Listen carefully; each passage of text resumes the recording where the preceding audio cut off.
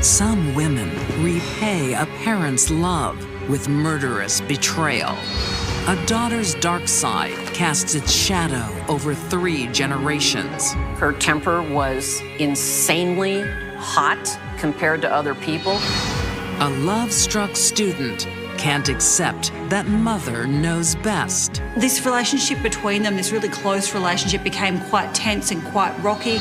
And the home chemist mixes a remedy to put Dad in his place. It was an act of ultimate betrayal. These deadly... Ventnor, New Jersey, 2016.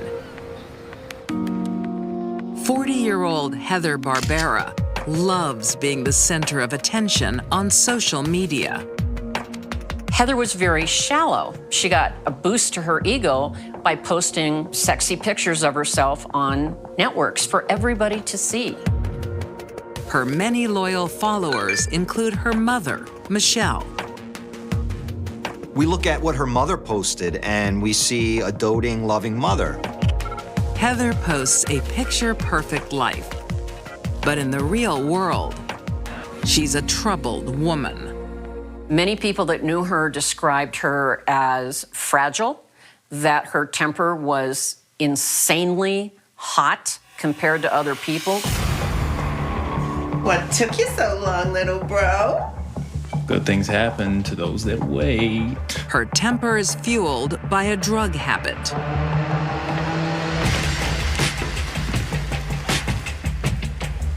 Something she shares with her younger brother, Robbie. There was a lot of drugs, there was alcohol, gambling, and all kinds of terrible things going on. And that led to a seedy underbelly that she started rolling around in. Her lifestyle costs Heather her marriage and her 2 children. It's unusual for a young mother with young children, to not have full custody or at least half custody, but that is what happened to Heather. She lost custody. Don't tell Mom you were here. Hell no. She always had emotional problems, but once there was the divorce and she lost custody of her children, then she really started to go downhill. Your favorite. Thanks, Grandma. Heather's mom, 65-year-old Michelle Gordon, is the rock of the family. She's always there for her daughter and grandchildren. Oh, not around the food. Her mother was supportive of her. Heather said that her mother was her backbone. Every time I see them, they're inches taller.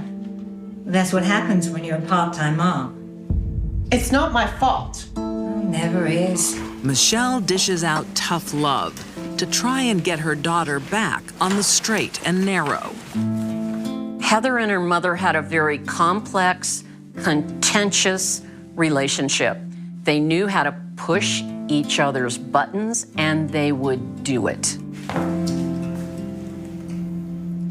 Be good for Grandma. Bye, Mom.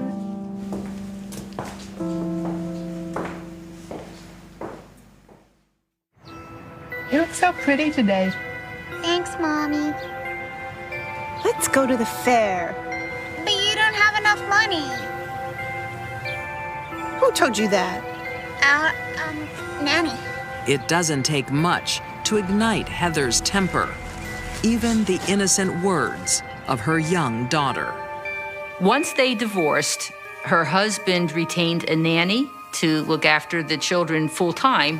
What did you say to my daughter? Heather, is that you? You told her I don't have any money. Heather got it in her head that the nanny had turned the child against her. She's my child. And she had to pay for that. How dare you? Heather called the nanny and screamed and yelled at her, but it wasn't enough to just call her and say that. Heather pushed her way in, and she was a maniac. She started beating up the nanny, including knocking her to the ground, kicking her, and she did this in front of her children. In fact, it was her daughter that called 911. The nanny had black eyes, contusions. I mean, she was totally traumatized by this event. Heather pleads guilty to simple assault. It works in her favor. Heather got 2 years probation, not one single day in jail. When someone gets away with a crime of that nature, essentially the court just gave that person a pass on their next attack. To the online world, 40-year-old Heather Barbera lives a glamorous life. But in reality, she's divorced, lost custody of her kids, and is on probation. Then in 2018, another tragedy. Her younger brother, Robbie, dies of a drug overdose. Heather was devastated. I can't believe it. He was a beautiful boy. Michelle was also devastated to lose her son. So it was a type of incident that just exacerbated all the problems that the family had. Can I get you something to drink? Haven't you done enough? You're blaming me? The tragedy should bring the family together, but instead, it tears them apart. Almost like Heather had injected him with the drugs. Almost like Heather had killed him. Heather was never able to live that down. Every chance her mother got, she brought it up. Your mother's just upset.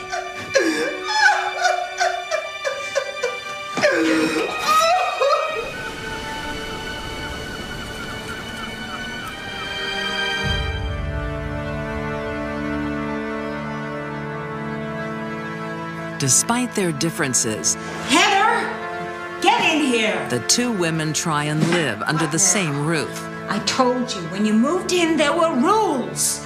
Whatever. along with a third generation, 87-year-old grandmother, Elaine Rosen. Please try, Heather. I am. Heather was in a jam as to where to live. She didn't have any money, she wasn't working. So this situation was totally toxic. They were arguing, they were fighting with each other, they had been physically violent. So it was definitely a situation that was getting worse and worse. No, darling, no, it's like she had to do. And I try. Heather still has an expensive drug habit, so she starts stealing money from her mom. Oh, yeah, I know. What this was, it was kind of a powder keg. You have the spark, Heather, and you have the keg of powder, the mom, meeting. All you need is one little spark, and that thing's gonna blow. On July 7th, 2018, just weeks after Heather moves in, mother and daughter have the ultimate showdown.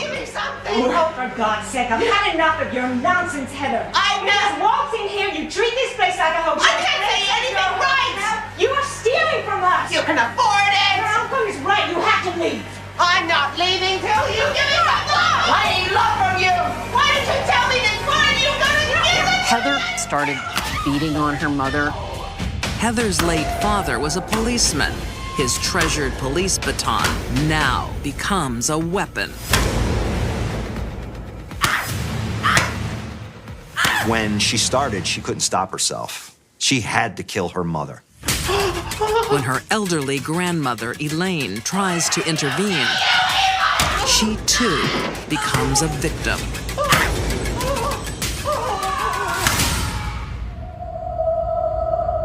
It's shocking. It's just absolutely shocking that she could do something like this.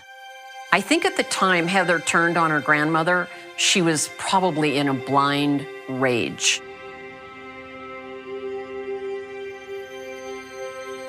And it is a bloody, gruesome, horrific scene. Heather leaves the blood, but cleans up the valuables. She kneels down and she takes the actual jewelry off of her mother and grandmother's hands. She also steals their cash and credit cards and goes to New York to celebrate. It doesn't surprise me that Heather ran to New York to party. Abusers fantasize about the person they hate being dead. It was party time. Mom was dead.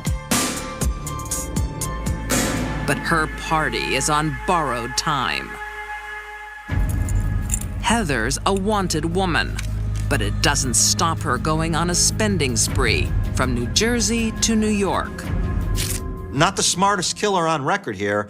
Heather was using her mother and grandmother's credit cards, so literally police could see exactly where she went, when she went after the murders. This case was not hard to put together, did not take Columbo to solve.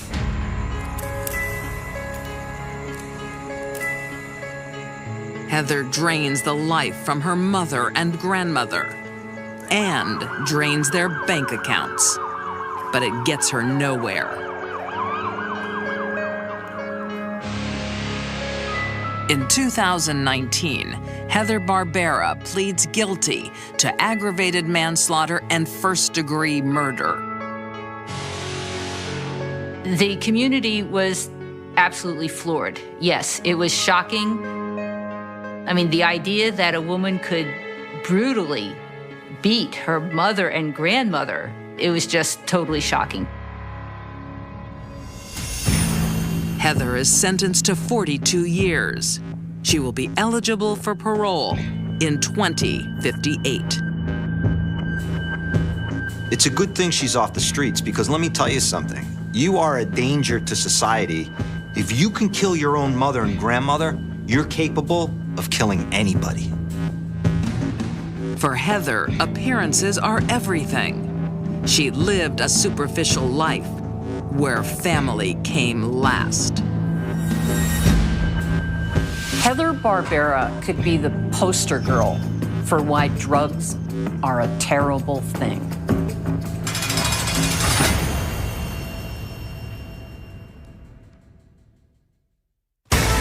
All signs pointed one way.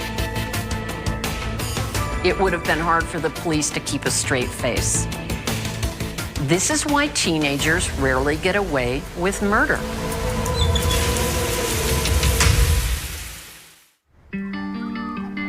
In the leafy suburbs of Brisbane, on the east coast of Australia, 54-year-old Macedonian immigrant Radika Zavarovska and her only child, Simona, are a tight unit. Radika worked as a cleaner to support Simona. Simona really was the apple of her mother's eye. She was quite spoiled. Simona. What? I do this all day, every day. So you don't have to, my beautiful girl. Radika was the classic example of an immigrant from Eastern Europe going to a first world country and devoting everything, time, energy, and money to their children. Cleaning jobs help put Simona through college to ensure a bright future. She was studying full-time to be a teacher at a local university. Radika had given her everything she wanted. She financially supported her. But there are some things a mother can't give a young woman. On a holiday back to their homeland, Simona begins to lose focus on her studies. Cheers. Simona had completed 1 year of her university studies, but on one of her trips back to Macedonia, she met an older man and fell in love. What can you see in the cloud? A rabbit. What can you see? A bird. There was a large age discrepancy between them. This gentleman in Macedonia was in his late 30s. You could stay here forever. The study you've had yet? If Radika was aware of the relationship, she would certainly not approve of the relationship.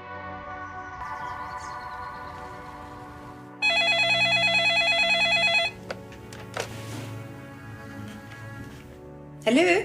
Mama. Simona. I'm having such a great time. Oh, that's good, my darling. I think I'm going to stay a while longer. But what about uni? No, uni doesn't go back for weeks. Simona didn't want to return to school. Okay. So she told her mother school wasn't starting when her mother thought it was. I love you. I love you too. Bye. Perhaps we could celebrate? Simona was young. She was only 20, and I guess she was quite short-sighted. Studying seemed to be the furthest thing from her mind. But Simona's future is always on her mother's mind. You can't even wait for coffee. When does Simona get back? A couple more weeks. But uni goes back next week. Are you sure? That girl, she lied to me. And when Radhika discovers the truth, tensions arise.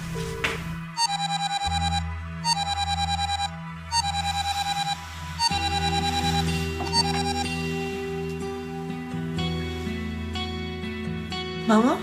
You lied to me, Simona? Mama, please. You come home now, or there's no more money, okay? Please. Her mother demanded that Simona return to Australia and resume her studies. Now I said, Simona. If she didn't, her mother said she would cut her off financially. I think she met a boy. No. I tell her, you finish school first. After boys. Simona obeys her mother and returns home. But the mother-daughter bond is strained. This relationship between them, this really close relationship, became quite tense and quite rocky. Radhika didn't want her daughter to come back just because she wanted Simona with her. She wanted her daughter to come back so she wouldn't ruin her future. Simona sees it differently. Do you want a sandwich? She wanted the man of her dreams over in Macedonia, and her mother was the one standing in the way of achieving that dream. Simona. I only want what is best for you. Yeah, well, you're ruining my life. She was not happy. In fact, she was seething at her mother. But Simona thinks she has a way out. Financially, she holds the cards. Her mother has put her house in her daughter's name. It had been transferred into Simona's name by Radhika prior to remarrying. Radhika did that to protect the assets in the event of a subsequent divorce, and it turned out there was a divorce subsequent. And so that was done to protect the asset.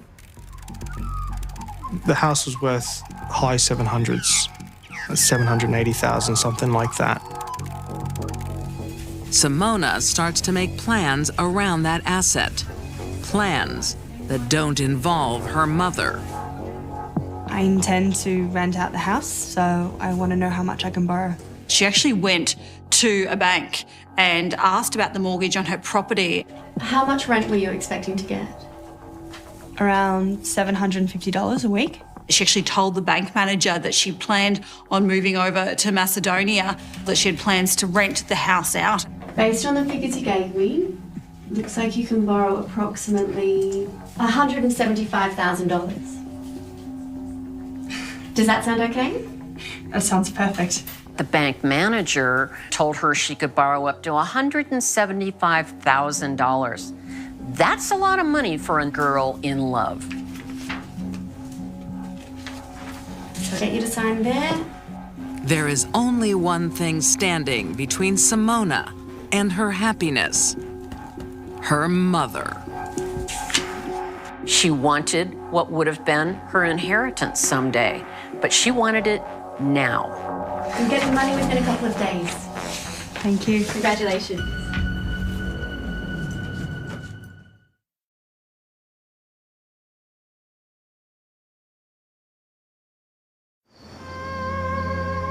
In Brisbane, Australia, Radika Zavarovska is a mother who knows best. But her daughter, Simona, doesn't appreciate her tough love. Can't you sleep either? I haven't slept since you dragged me back here. Simona's mother wanted her daughter to have a good life and finish her studies. I'm only doing what is best for you, Simona. But Simona wanted something else. For Simona, her mother was what was standing in the way of her living the life that she wanted to lead. On October 28, 2016, Simona has a simple but brutal plan to fix the problem. Greed, thy name is Simona. Simona had prepared a plank of wood. In the early hours of that morning, Simona went into her mother's bedroom.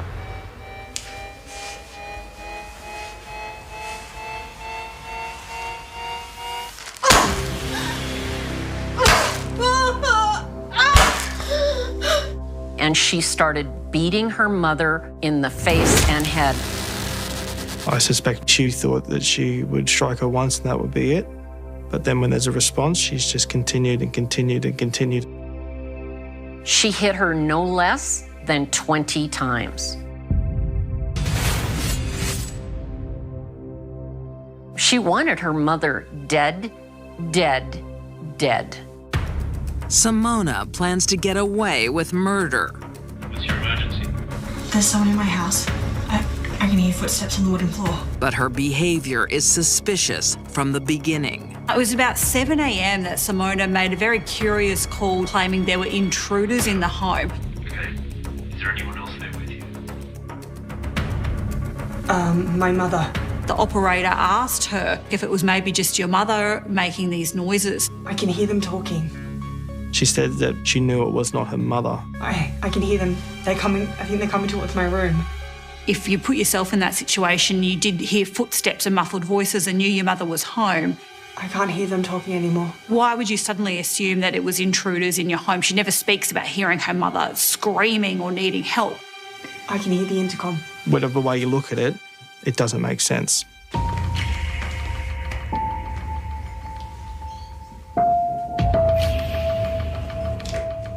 On arrival, the police soon find the horrific scene.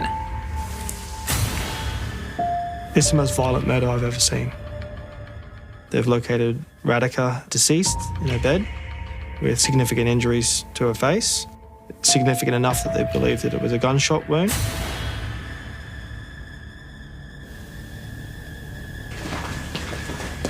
You okay? Simona isn't informed of the grisly find. I heard noises from over there. So when first questioned, her behavior continues to arouse suspicion. But she's not asking me about how her mother is, where her mother is, that sort of thing. It was something at the time that I thought was unusual. While there is no physical evidence to link Simona to the murder, it seems she cleans up a little too well.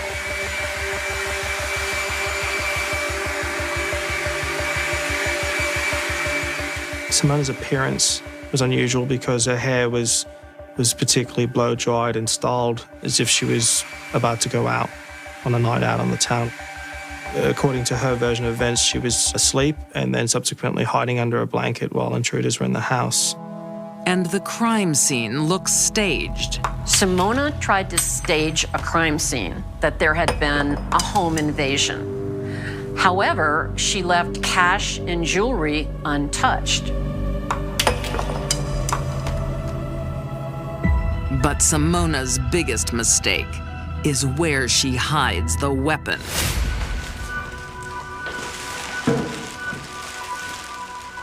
The crime officer located the murder weapon underneath a bookcase within Simona's bedroom.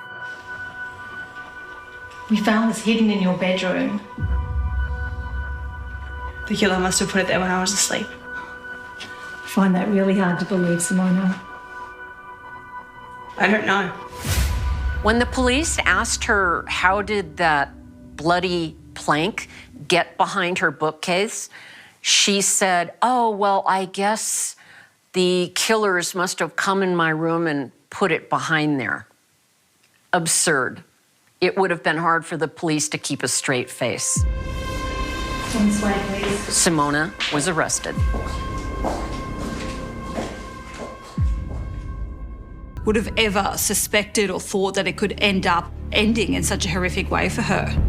Simona decided, instead of taking her mother's advice, she would simply take her life. If Simona wanted only to be with this older man, she could have done that. She could have said, well, Mom, I'm not coming home. But that wasn't good enough for Simona. She wanted the money. This was a murder motivated by greed.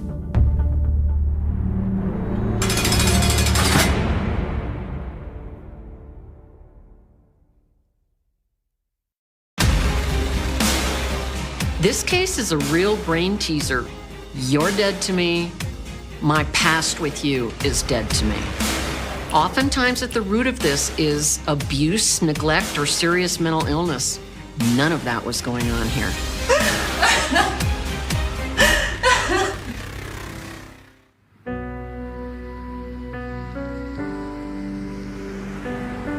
Federal Heights, Colorado, 2013. Hun, you want to catch a movie? 39-year-old Dana Jennings finds love, but not the traditional kind. Dana was outgoing. She liked a lot of unconventional things, and one of those things was sex. Dana is a loving partner to Chris. Is it full of sordid sex? Hope so. And to his wife. You guys. All right, I'll go. If we celebrate later. A night to remember. Oh, yeah. Maybe we skip the film. No way. No way. They really were having almost a type of a polygamous relationship where Chris was the husband for both, all under the same roof as one family. After 3 failed attempts at conventional marriage, with a husband and a wife, Dana enjoys the best of both worlds. So basically they were playing husband and wife and wife.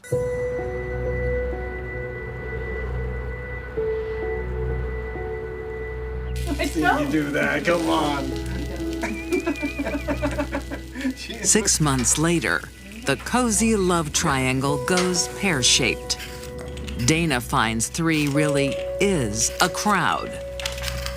You okay? Yeah, just a little anxious.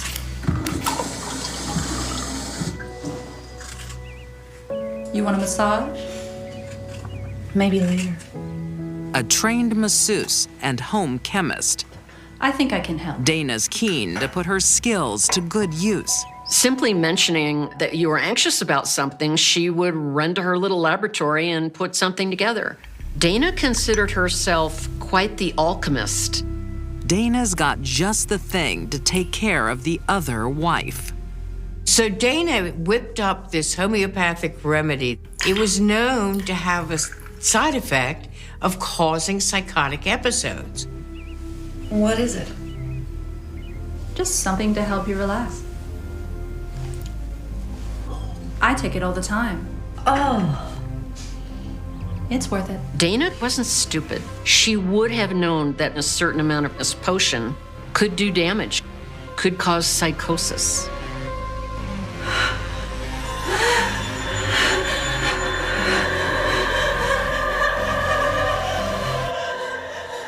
She started to hallucinate.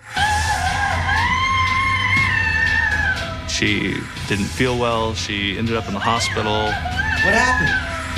Talk to me. What happened? I have no idea. I think it was to move her out of the relationship that they were having. It works. Chris divorces his wife and marries Dana. But hefty alimony payments leave Chris cash poor. Chris was paying her a substantial amount in alimony, which really kind of pushed their finances to the breaking point. The newlyweds are forced to move in with Dana's 65-year-old father, Bill Musak. Her and her father were very close. He was always there to take care of her, and she would reach out to him when she was having troubles in life. Dana was always a daddy's girl. He was good to her. He seemed to put up with anything she did. Can you give me some space? Why don't I go get a couple of beers, huh? You're the best. Living with her father doesn't change Dana's ways. Soon she is back to her old sexual games.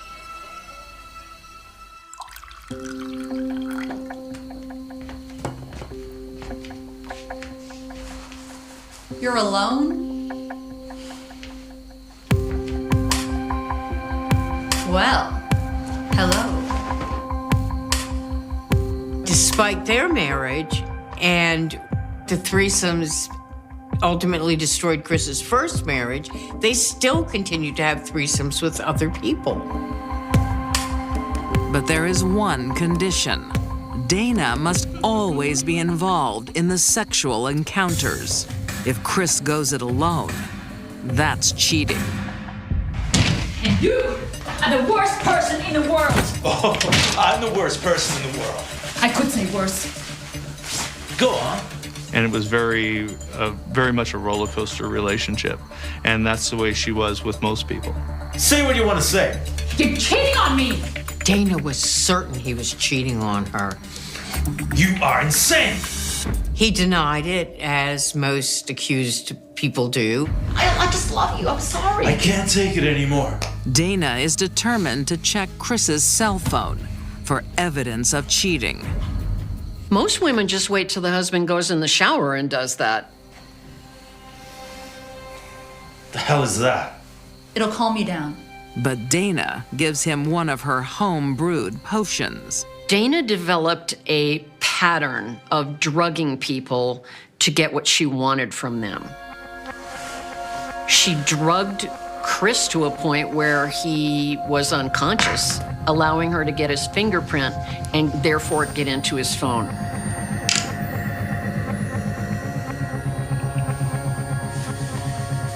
Dana confirms Chris is cheating, but it comes at a cost. Chris found out what she had done and how she had violated his privacy. He was furious.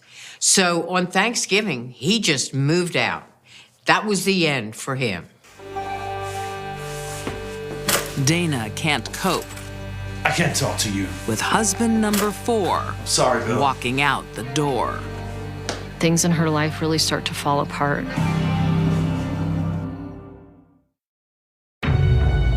Federal Heights, Colorado, 2017. Dana Jennings hits rock bottom. Her life's a disaster, and she blames everyone but herself. Come on, hon. Lying around like this won't help. Her father, Bill, tries tough love. Look, I love you, but it's time to get your life together. Dana sees encouragement as cruelty. It's all your fault Chris left. Dana built up more and more resentment against her father. She wanted to have her husband back, and she wanted to have a lovely home. Dana decides there's only one option. She could do all of those things if her father just wasn't around. Get rid of Dad, have a happy life with Chris in Dad's house. Dana looks for a potion stronger than her home remedies. An animal tranquilizer that can kill. On December 9th, 2017, she serves up her lethal cocktail. There you go. Oh, that's wonderful, darling. Thank you.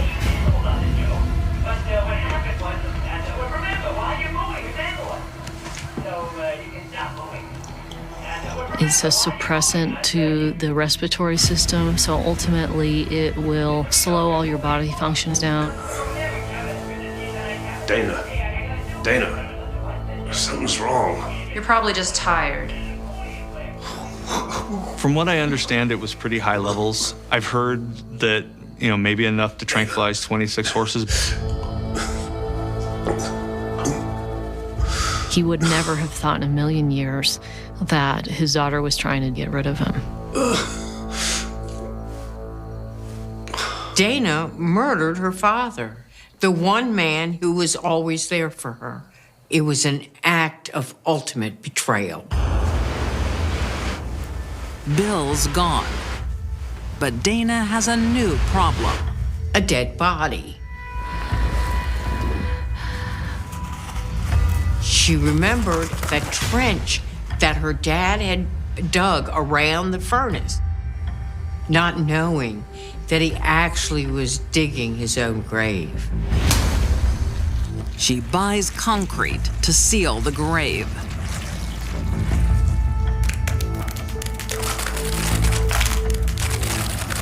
To ensure she has enough to cover the surface, she backfills the hole with trash.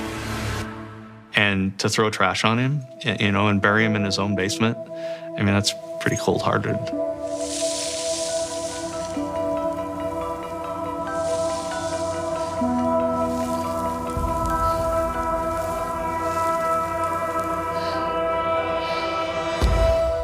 You're dead to me. My past with you is dead to me. For a month, Dana is free to live the life she chooses. And he was with his girlfriend. She was telling other people that he was in the mountains. It's not the only red flag. Bill was just not that kind of guy to cut off from everybody all at once.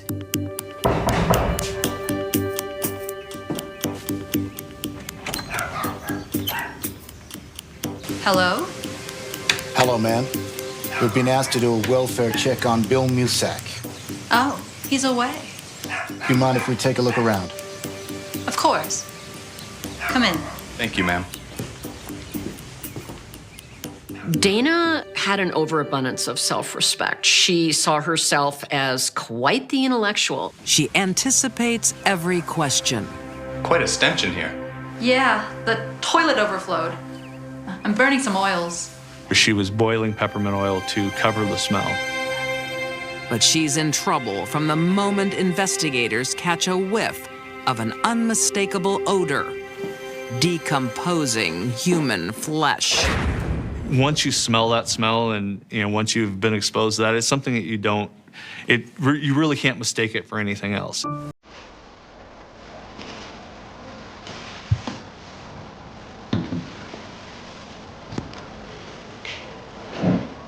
Thank you for coming in, Dana.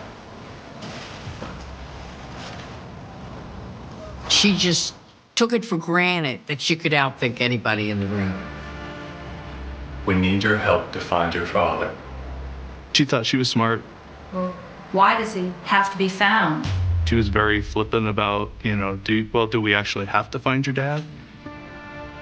Do we really need to find him? I'll take that as a confession. While Dana is interviewed at the station, police conduct a second search of the house. And all of a sudden, my phone's just vibrating off my lap. They pulled up the cement and found the body of Bill, a man who died only because he wanted to be a good father. I think you know he's dead. We found his body in the basement. And the crocodile tears started at that point. And I truly believe that there was no emotion there. That was what she thought we wanted to see from her. She fools no one. In 2019, Dana Jennings is convicted of first-degree murder and tampering with a body. She is sentenced to life in prison. No parole. Dana has blamed everything that went wrong in her life on someone else. Dana never takes responsibility for her own mistakes, not even the biggest one. killing the only person in the world who really cared. I would love to sit down with Dana one day and say, why? Why did you decide to kill your dad? I don't think there is any explaining Dana. She's just bad to the bone.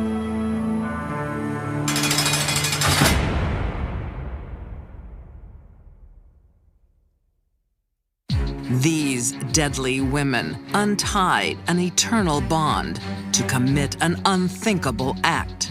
Heather Barbera's rage dragged her entire family to destruction. Simona Zawarovska chose a summer romance over a mother's love. And Dana Jennings killed the only man who'd never desert her. All three broke the sacred bond between parent and child. They chose to kill their creators. It begins with a sound that no one remembers clearly anymore, just the idea of it lingering in the air like humidity before a storm, the dull thud of a door closing, the faint whine of tires on asphalt, the sense that something ordinary was happening at the exact moment everything went wrong. Florida, 2001. A year balanced on the edge of the new millennium, when people believed the future would arrive clean and bright, when crime stories still felt like something that happened somewhere else to someone else. This one didn't announce itself with sirens or gunshots. It slipped in quietly, almost politely, and by the time anyone noticed, it had already learned how to disappear. The neighborhood was the kind of place real estate flyers described as quiet and family-friendly. A grid of sun-faded houses, trimmed lawns, and mailboxes that rattled softly in the coastal wind. Palm trees cast long, crooked shadows across cracked driveways. At night, porch lights stayed on out of habit, not fear. People knew each other's dogs, not each other's secrets. And somewhere inside that calm, a life was about to be erased so thoroughly that 2 decades later, investigators would still be arguing about what they were actually looking for. The victim wasn't famous, not rich, not powerful. That was part of the problem. A name on a driver's license, a routine schedule, someone who paid bills, made plans, and was expected home at a certain hour. The last confirmed sighting came from a place so mundane it almost feels insulting now. A convenience store, fluorescent lights buzzing overhead, security cameras blinking indifferently as a receipt printed and a door swung open. A timestamp, a grainy frame, a moment frozen just before everything went silent.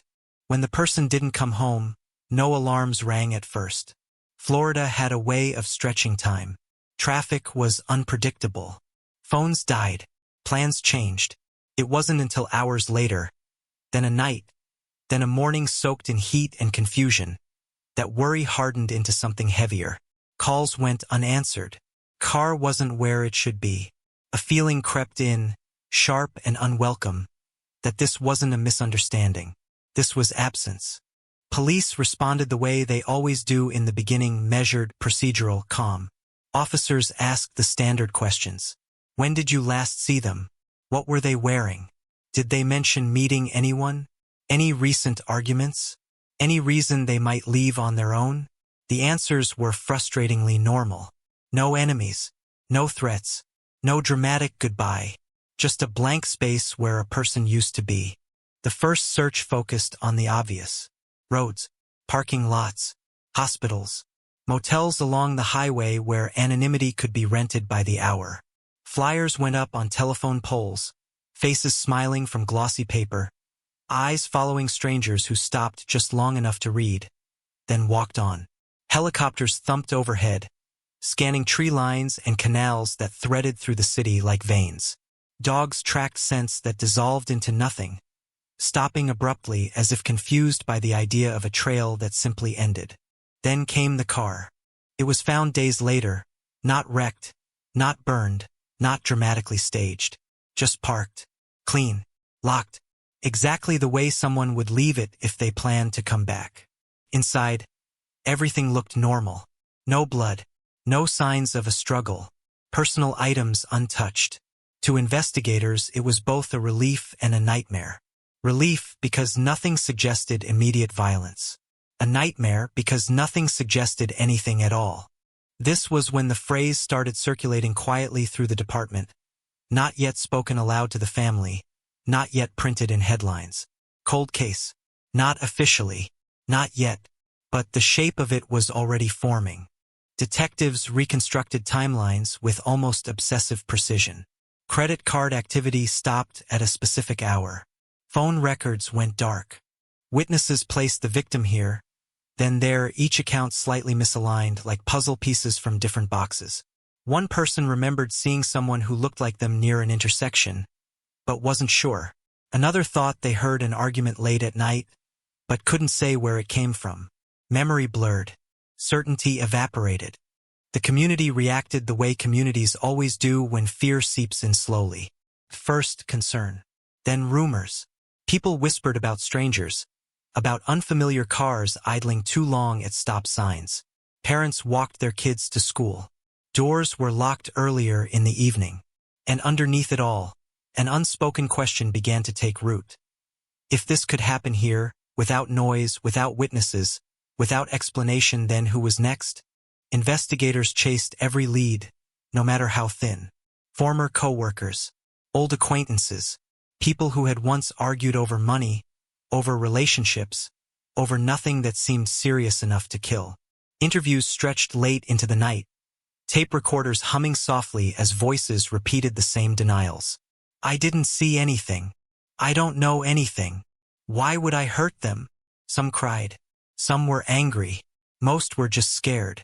There were moments that felt promising, flashes of hope that surged and collapsed just as quickly. An anonymous tip claimed the victim had been seen miles away, alive, disoriented.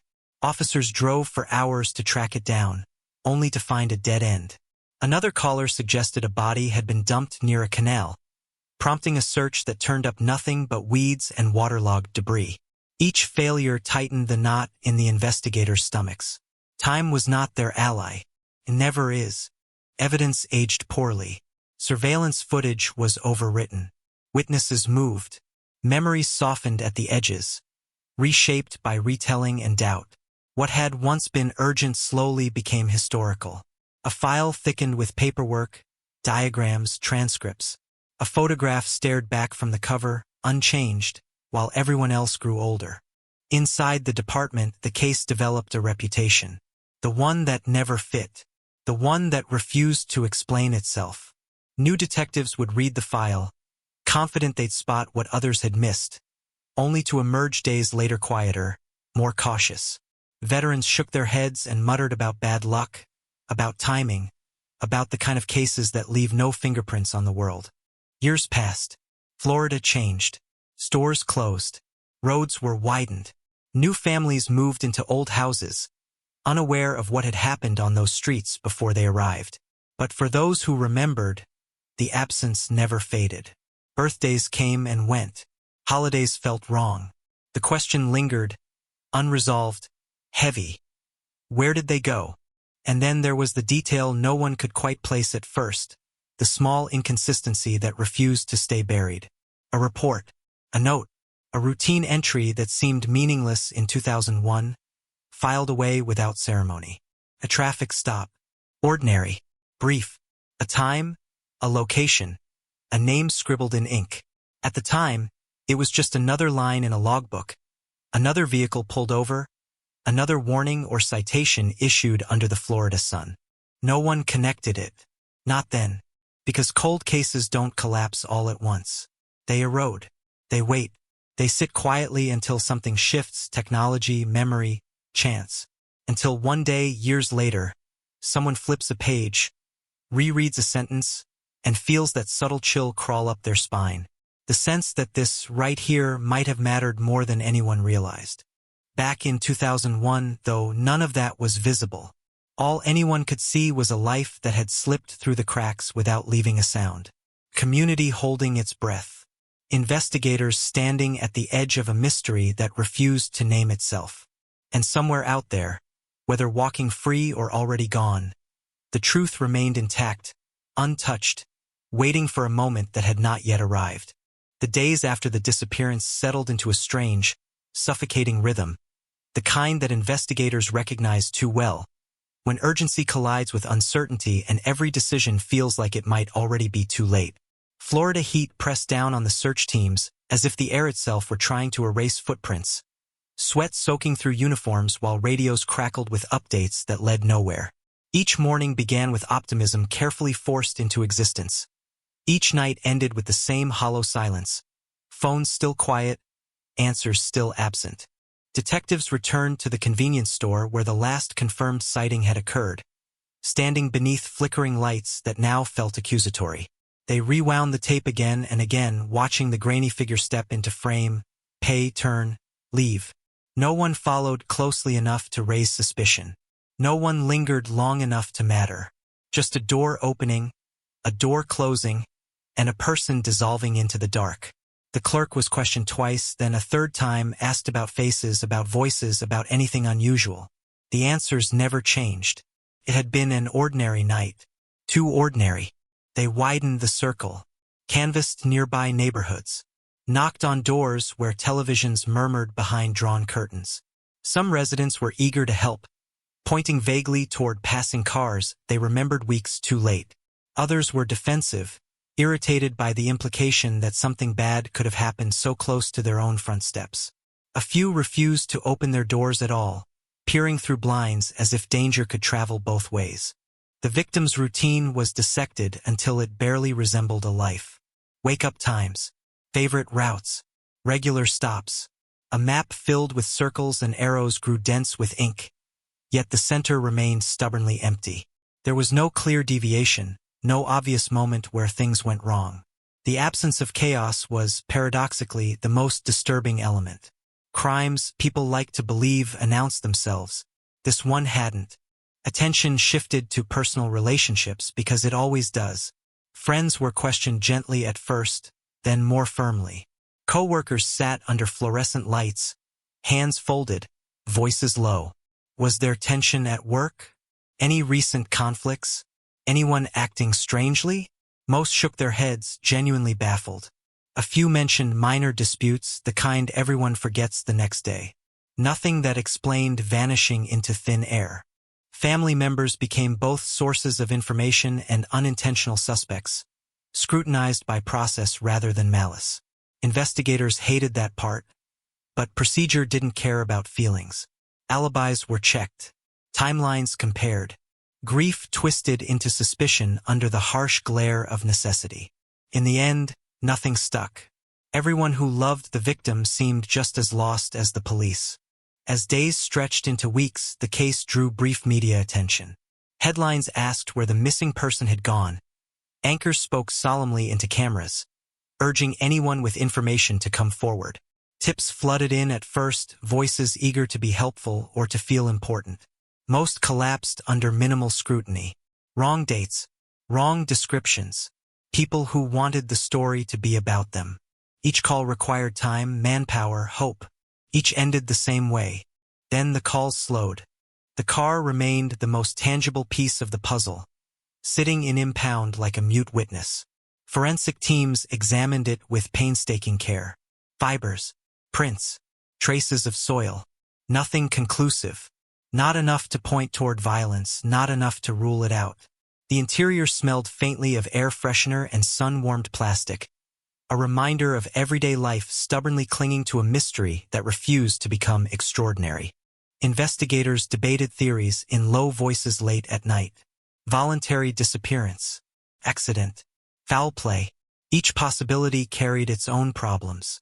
There was no financial preparation for leaving. No note. No history of wanting to start over. Accidents usually left something behind. And if it was foul play, where was the evidence? Where was the mistake criminals were supposed to make? Time kept moving, indifferent to police briefings and family vigils. The calendar flipped. Birthdays passed without celebration. The case file thickened, then stagnated. Detectives were reassigned, promoted, retired. New faces inherited old questions, flipping through yellowing pages with fresh eyes and cautious optimism. They retraced steps, re-interviewed witnesses, hoping time had loosened tongues. Sometimes it did. Usually it didn't. One witness, years later, mentioned a vehicle seen near the victim's car. something they hadn't thought important at the time. The description was vague, the memory uncertain. Another recalled a traffic stop nearby around the same period, something about flashing lights in the distance late at night. It sounded promising for exactly 3 minutes, until records showed nothing obviously connected. Another false rise, another quiet fall. Inside the department, the case slid officially into cold case status, a phrase spoken with resignation rather than drama. It didn't mean the investigation was over. It meant it had entered a different kind of life, one sustained by sporadic reviews and the stubborn refusal to let go entirely. The file was boxed, labeled, shelved, not forgotten, but no longer urgent. For the family, there was no such transition. Grief didn't cool neatly. It lingered, shapeless and heavy. They lived in a permanent state of almost knowing, caught between hope and mourning, unable to choose which hurt less. Every unknown number on the phone sparked a moment of breathless anticipation. Every year without answers deepened the wound. Florida kept changing around the mystery. New technology arrived. DNA databases expanded. Cold cases across the country found sudden resolution through advances no one had imagined in 2001. Stories circulated about killers caught decades later because of a single sample, a single oversight. Each success reignited hope that this case, too, might someday yield to persistence. Investigators revisited the evidence with updated tools. Old samples were retested. Digital records were re-examined. Patterns were sought where none had been visible before. And that was when the routine details, the overlooked fragments, began to draw attention. The mundane entries that had once blended into the background now stood out against years of failure. A traffic stop log from the early days of the investigation surfaced during one such review. It wasn't highlighted. It wasn't dramatic. Just a standard report, time-stamped within a narrow window that now felt uncomfortably relevant. An officer had pulled over a vehicle not far from where the victim's car would later be found. The stop was brief. Nothing escalated. No arrest made. The driver had been released, free to go. At the time, it meant nothing. Officers conducted hundreds of stops every week. Most were forgettable by design. This one had been filed, archived, and ignored. But reading it now, with the weight of years pressing down, something about it felt different. Not suspicious, not damning, just close. Close in time, close in place, close enough to unsettle those who had grown accustomed to dead ends. Still, proximity wasn't proof. Investigators had learned that lesson painfully. They resisted the temptation to build hope too quickly, reminding themselves how many times before a promising detail had dissolved under scrutiny. Yet they couldn't shake the feeling that this small, ordinary moment might have brushed against the truth without recognizing it. Cold cases don't scream their secrets. They whisper them, buried under routine paperwork and forgotten memories. They wait for patience, for obsession, for someone willing to stare at the unremarkable until it becomes strange. As the traffic stop report was added to a growing list of maybes, the case remained what it had always been. Unresolved, unsettling, suspended in time. Somewhere between certainty and doubt, between past and present, the mystery endured. And as investigators closed the file once more at the end of another long day, they carried with them the same question that had haunted this case from the beginning. Not how someone vanished so completely, but how something so ordinary could sit so close to the answer, unnoticed for so long. By the time the case entered its second decade, it no longer felt like an investigation so much as a quiet endurance test, a measure of how long unanswered questions could survive without collapsing under their own weight. The box containing the file had been opened and closed so many times that the edges were soft, corners blunted by hands that hoped, briefly, they would be the ones to finally see what everyone else had missed. Inside, the same names repeated, the same locations, the same hollow conclusions. Yet something subtle had shifted. The mystery no longer lived only in what was missing, but in what had been overlooked. The traffic stop report refused to stay buried. It wasn't dramatic. It didn't describe resistance or fear or violence, just an officer doing their job, lights flashing briefly against darkened windows, a car pulled to the shoulder, a conversation lasting minutes. But when investigators overlaid timelines again, carefully this time, stripping away assumptions built over years, the margins tightened. The window during which the victim vanished was narrow, narrower than anyone had admitted at first, and that stop sat inside it like a pin pressed into a map. They pulled the original officer's name, aware that memory after so many years was unreliable, often contaminated by everything that followed. The officer was cooperative, professional, older now, the edges of confidence worn smooth by time. He remembered the stop vaguely, the way one remembers 1,000 similar moments. A vehicle slightly out of place. A reason so minor it barely registered. Papers checked. A warning issued. Nothing that would have made him write more than he had. But when asked about the driver, he hesitated. Not because something was wrong, because he couldn't remember anything at all. No face, no voice, just the sensation of normalcy. And somehow, that absence felt louder than any red flag. Investigators tracked down the registered owner of the vehicle listed on the report. The address had changed, then changed again. The name led to a person who had lived an unremarkable life, or at least one that appeared unremarkable on paper.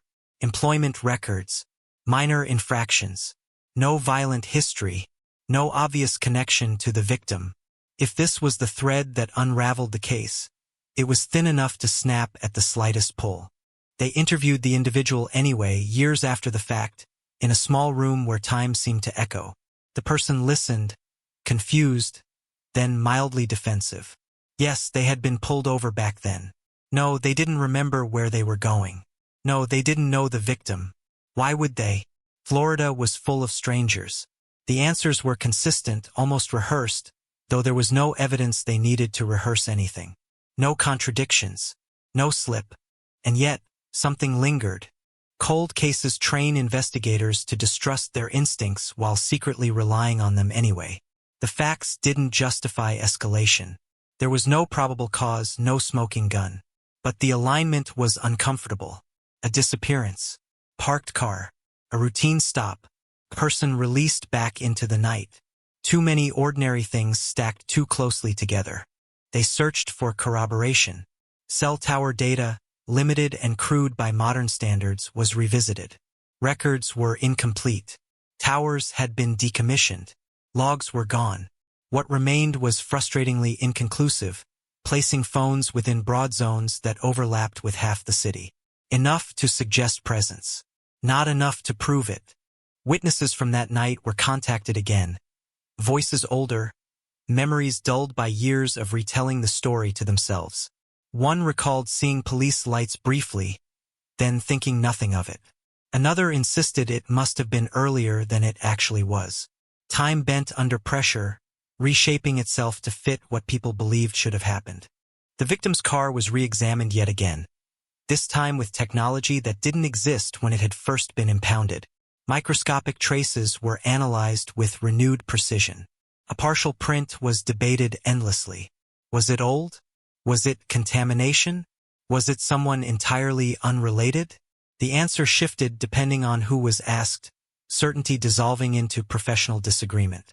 As momentum built quietly around the traffic stop, other theories frayed.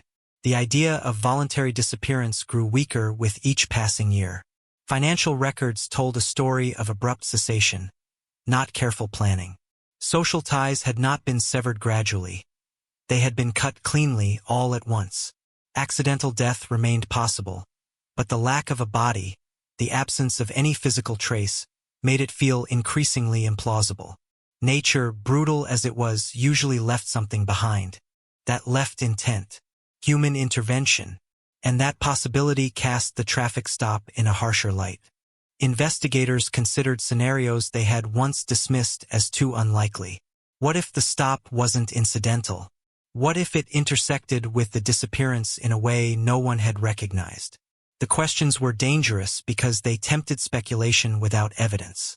But cold cases survive on questions. Without them, they calcify.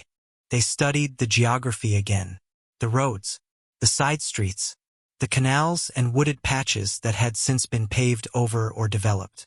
Florida's landscape was unforgiving in its ability to hide things water and vegetation conspiring to erase mistakes. A short drive in the wrong direction could lead to places no one searched thoroughly enough, not then, not ever. Rumors resurfaced, as they often do when attention returns. Stories of arguments, of debts, of someone seen talking to the victim days earlier. Most collapsed quickly, but each added to the sense that the truth had been fractured, scattered across time and memory, waiting for the right alignment to come back together. The family watched all of this from a distance, hope rekindled and restrained at the same time. They had learned the cost of believing too much. Every promising development carried the weight of past disappointments. They answered questions again, voices steady but tired, aware that closure, if it came, would arrive carrying its own pain. Inside the department, debates grew sharper. Some believed the traffic stop was coincidence, a narrative magnet drawing attention simply because there was nothing else. Others argued that coincidence had been exhausted long ago, that the case had been starving for something solid, however mundane it appeared. Meetings ended without consensus. Notes were added to the file, careful, conditional. The person tied to the vehicle remained legally untouchable. Without new evidence, they were just another name connected to an unfortunate overlap in time and place. Investigators knew better than to force conclusions. Cold cases punished impatience ruthlessly. Still, the question refused to quiet. If the traffic stop truly meant nothing, why did it feel like it mattered more with every review? Why did it align so precisely with the moment the victim's trail went cold? Why did the ordinary nature of it feel so wrong? As months turned into years once more, the case hovered in an uneasy state between dormancy and awakening. It was no longer static, but it wasn't moving forward either. It existed in that narrow space where possibility lived, fragile and unresolved. Somewhere within that space, the truth remained intact, untouched by theories and speculation. It waited behind routine paperwork and faded memories, behind the assumption that nothing important ever hides inside something so ordinary. And until that assumption broke completely, the cold case remained what it had always been. A story without an ending, a silence filled with questions, and a traffic stop that refused to fade into the background where it was supposed to belong. As the investigation lingered in that uneasy half-life, neither active nor abandoned, a new pressure began to form from the outside. Time had done what it always does to unresolved cases. It turned them into stories. Blogs revisited the disappearance. Online forums dissected old articles, users freezing frames from news footage, drawing lines between dates and locations with digital certainty that real investigations never enjoyed. The cold case had acquired an audience, and with it, a second life that investigators could neither control nor ignore. Tips returned different now, less frantic, more confident. People claimed patterns. They claimed insight. They claimed to see what police had missed. Most of it was noise, but buried inside that noise were fragments worth checking. Not because they were convincing, but because cold cases learned to survive on the unlikely. One message mentioned the traffic stop specifically, suggesting it had never been as random as it appeared. Another speculated about the officer, about the driver, about the stretch of road itself. None offered proof. All demanded attention. Investigators revisited the scene with eyes shaped by years of failure. The road looked smaller now, narrower. Development had crept closer, swallowing empty lots and pushing darkness farther away. What had once felt isolated was now bordered by convenience and light. It was harder to imagine something terrible happening there unnoticed. But in 2001, it had been different. Quieter. Easier to disappear into. They walked it anyway, measuring distances, timing drives, standing where the patrol car would have been parked, where the stopped vehicle would have idled. Headlights cut through the dusk as they waited, listening to the hum of passing traffic. Nothing revealed itself. No revelation arrived. Just the persistent sense that the road remembered something it wasn't saying. Back at the station, the focus narrowed. The driver from the stop was scrutinized again, not as a suspect, but as a variable. Investigators mapped their movements before and after the disappearance using what little data survived. Employment schedules, bank withdrawals, Anecdotes from acquaintances who barely remembered that period of their own lives. The picture that formed was unremarkable to the point of irritation. Work, home, errands. The kind of routine that insulated people from suspicion. And yet, routines were where opportunity lived. Detectives debated a theory they had once considered too uncomfortable to articulate. Not that the traffic stop caused the disappearance, but that it intersected with it. That the victim and the stop driver crossed paths unknowingly, briefly, fatally, in a space no one had been watching. A coincidence sharpened by timing. A convergence that didn't require premeditation, only proximity. There was no way to prove it, but there was also no way to dismiss it completely. They examined the officer's report again, this time reading it not for what it said, but for what it didn't. Language was neutral, procedural, nothing out of the ordinary. Yet cold cases taught investigators that normality was not reassurance. It was camouflage. The report's brevity became its most unsettling feature. No notes about demeanor. No description beyond the basics. Nothing to suggest the officer had sensed anything unusual, or that he had reason to.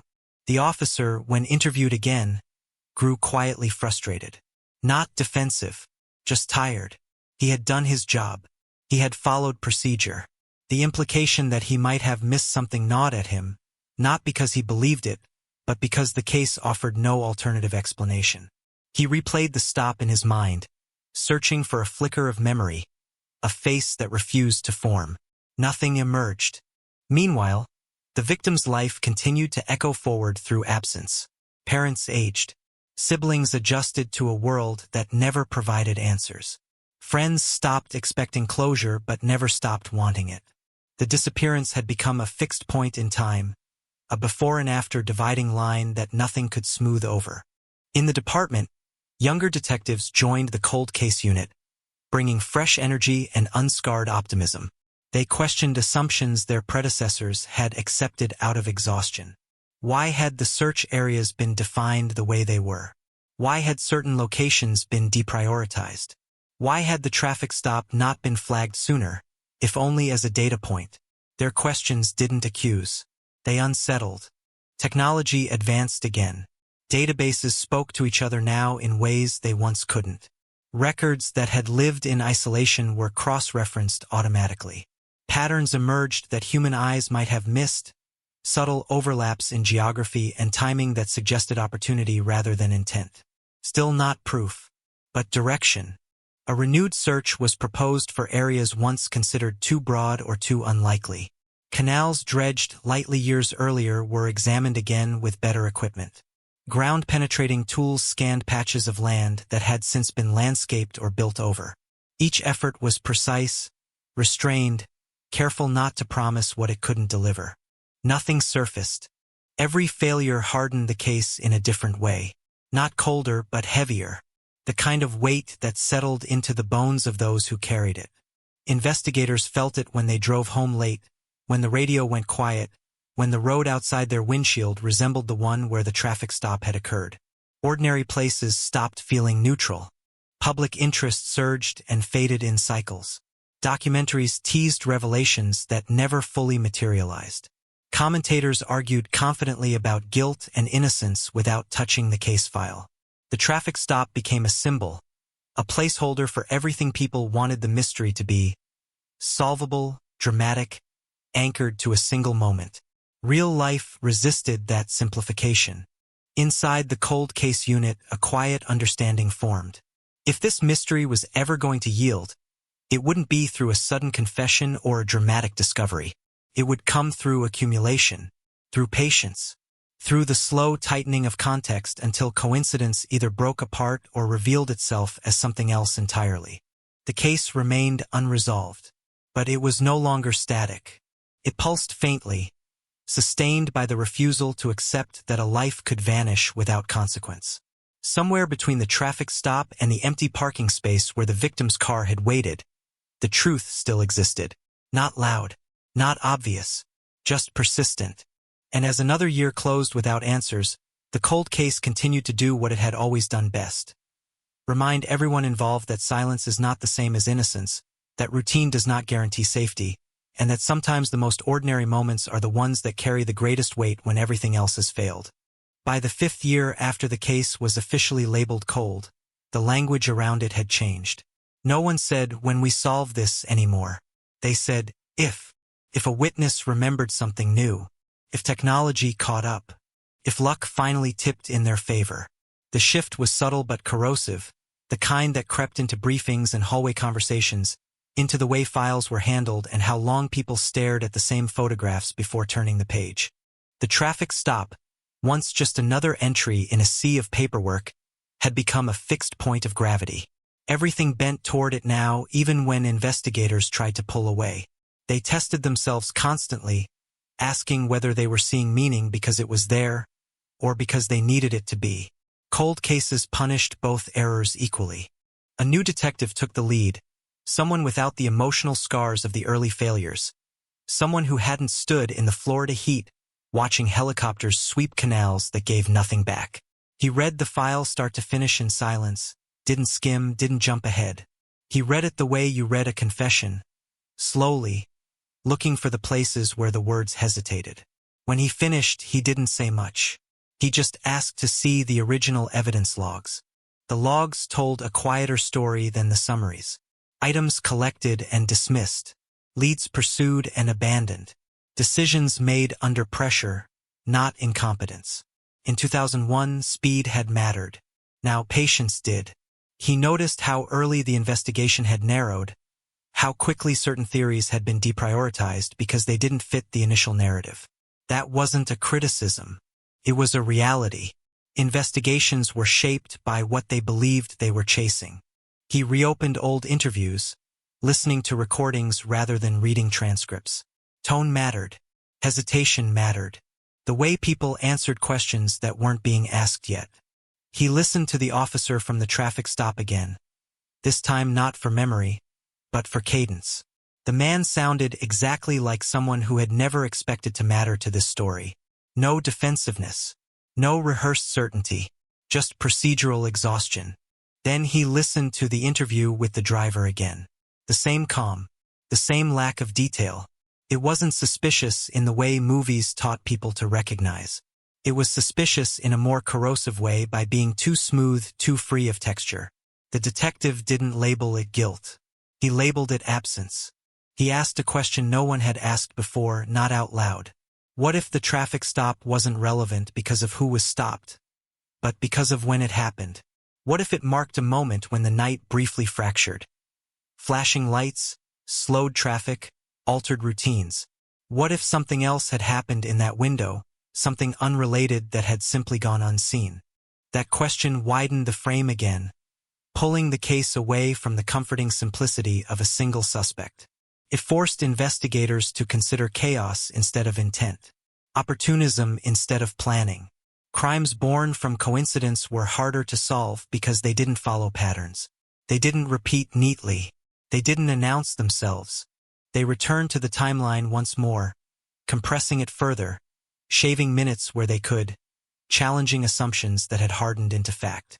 The victim's last movements were reconstructed almost minute by minute, each estimate annotated with doubt. Somewhere inside that narrow band of time, everything had gone wrong. The problem was that nothing inside it screamed. A former resident of the area came forward around this time, someone who had moved away years earlier and only recently rediscovered the story online. They remembered something small. Car pulled over, flashing lights, another vehicle slowing down nearby, then accelerating. They couldn't say what kind, couldn't say who was inside, couldn't even say for sure that it was the same night. But they remembered the feeling, that something about the scene had felt tense, out of rhythm with the quiet neighborhood. The statement was logged carefully, neither celebrated nor dismissed. It joined a growing category the case had become famous for. Almost evidence, almost witnesses, almost answers. Searches resumed again, not because there was new information, but because hope had a way of demanding action. Areas once deemed unlikely were reconsidered with fresh eyes and better tools. Drainage systems were mapped more precisely, canals traced to their endpoints, old construction sites were reviewed, their timelines compared against the disappearance.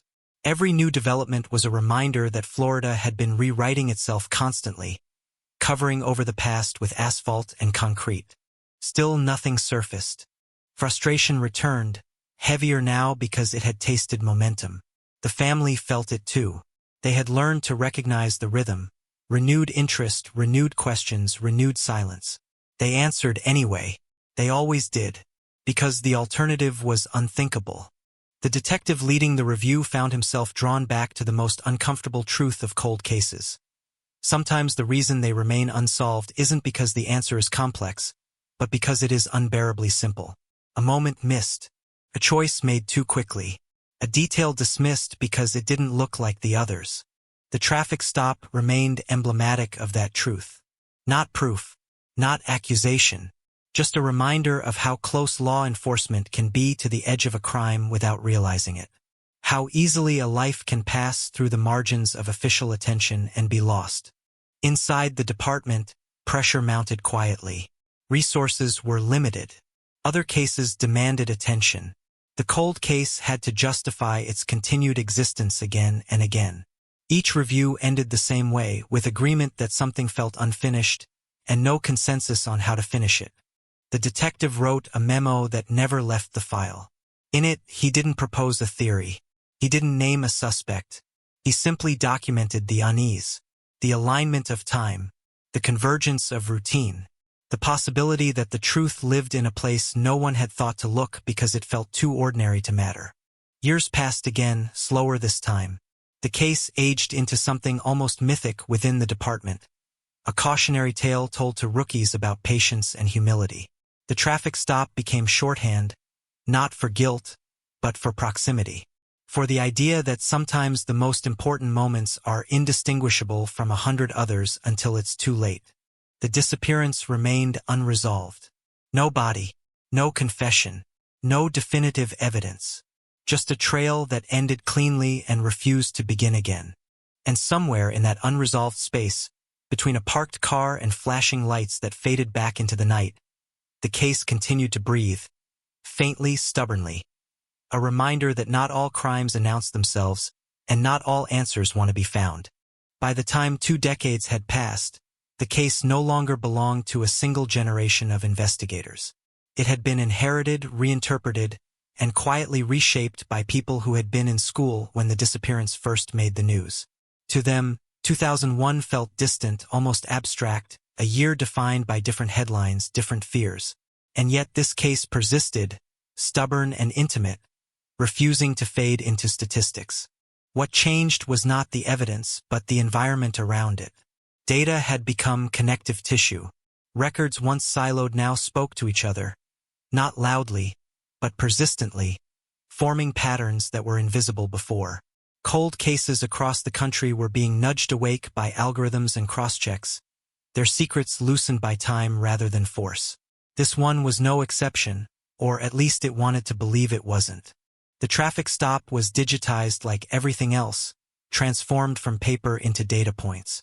Time, location, vehicle type, officer ID. When plotted against broader datasets, it no longer sat alone. It existed alongside hundreds of other stops, thousands of movements, a web of routine interactions that defined a living city. Most of those interactions were meaningless. A few weren't. The problem was knowing which ones mattered. Analysts began running quiet comparisons, not looking for the victim directly, but for anomalies around that narrow window of time. Other calls for service in the area. Unreported incidents. Gaps in patrol coverage. The night was reconstructed not as a narrative, but as a system. Where lights were, where they weren't, where attention briefly flared, then moved on. One thing became clear. The traffic stop had altered the flow of the area, if only for minutes. Cars slowed. Some turned away. Others accelerated to avoid delay. It was a ripple, subtle but real. If something had happened nearby, something brief, violent, unplanned, that ripple could have been enough to hide it. This idea unsettled the case in a new way. It didn't point to a villain so much as a vulnerability. A moment when order briefly reasserted itself in the form of flashing lights, creating the illusion of safety while something else slipped through the edges. Crimes didn't need darkness to thrive. Sometimes they needed distraction. Investigators revisited emergency call logs from that night, not just from the immediate area, but from surrounding neighborhoods. They searched for anything odd. A hang-up call, a noise complaint, a report that never quite made sense. Most were familiar. Parties, arguments, misunderstandings. Florida nights were noisy, but one entry, logged hours later, caught attention. A vague report of something seen along a roadside, dismissed at the time as debris or an animal. The responding unit found nothing and moved on. It was nothing, until it wasn't. The location overlapped with a route that would have been logical, almost obvious, if someone were trying to move away from attention. Not fast, not far, just enough. The report had been too imprecise to matter before. Now it was revisited, measured against everything else that had failed. The problem was that the site had changed completely since then. Construction, drainage work, landscaping, the past had been paved over efficiently. A limited search was authorized, cautious and quiet, designed not to promise answers. Ground readings were inconclusive. Soil disruption was consistent with development, not burial. If something had been there once, it had either never been noticed or had long since been erased. Another almost.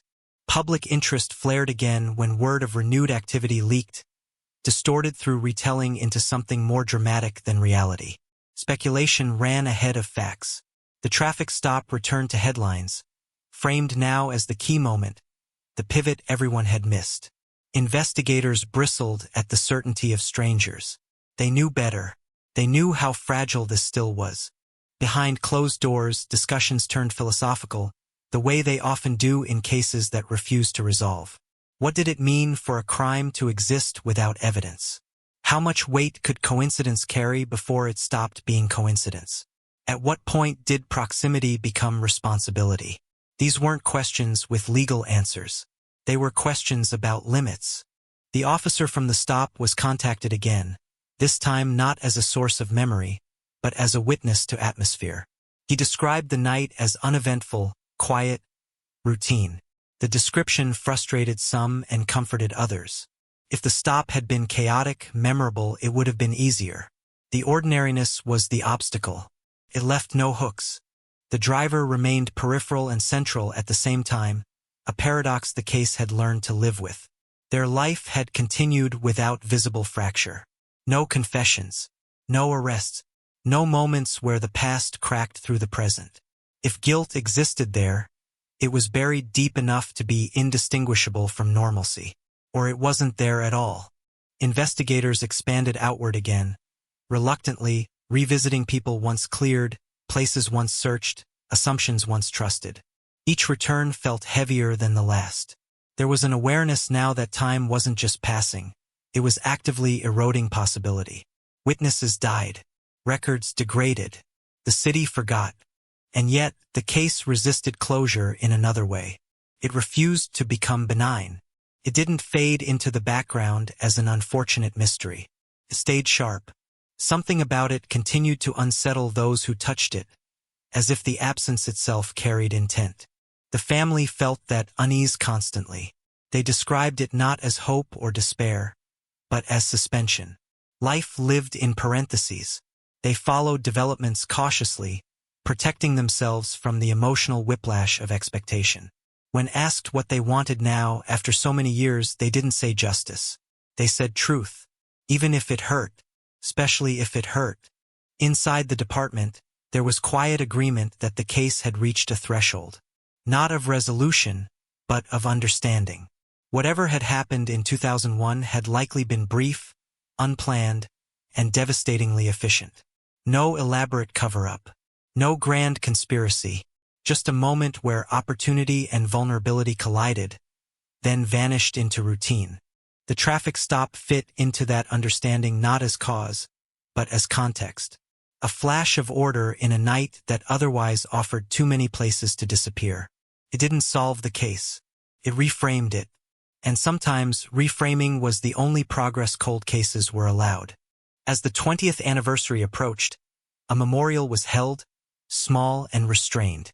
No speeches about breakthroughs, no promises, just acknowledgement, a life lost to silence, a community that never fully recovered. Investigators stood at the edges, hands in pockets, eyes distant, carrying the weight of a story without an ending. The case remained open, officially, unofficially, emotionally. It existed now less as an investigation and more as a reminder that the line between safety and loss could be as thin as a shoulder of road, as fleeting as flashing lights reflected in a windshield.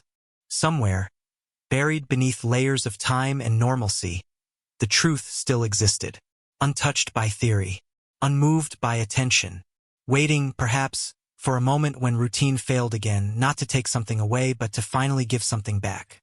The 20th year passed without ceremony, and in its wake came a strange kind of clarity, the sort that doesn't answer questions but sharpens them. Investigators noticed it first in themselves. The urgency that once burned hot had cooled into something harder, more precise. They were no longer chasing resolution for its own sake. They were chasing coherence, a version of events that could exist without collapsing under scrutiny, even if it never reached a courtroom.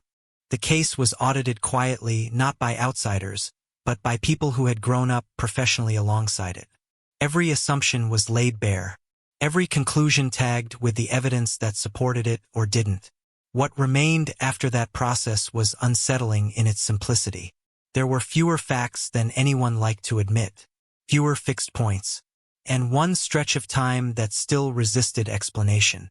That stretch had always been there, thin as a blade.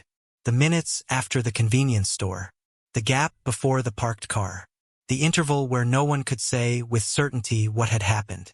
For years, it had been treated as an absence. Now it was treated as a location, a place where something must have occurred, whether anyone saw it or not. Investigators began thinking less like detectives and more like accident reconstructionists. They asked not who but how.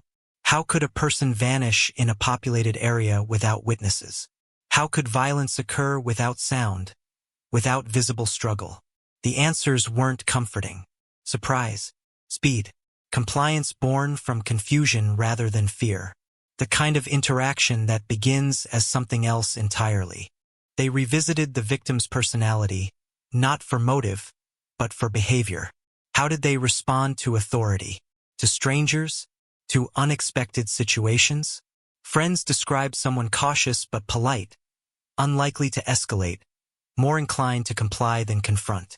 That detail, once benign, now carried weight. Compliance didn't require trust. It only required uncertainty. The traffic stop returned again, not as a suspect event, but as a psychological marker.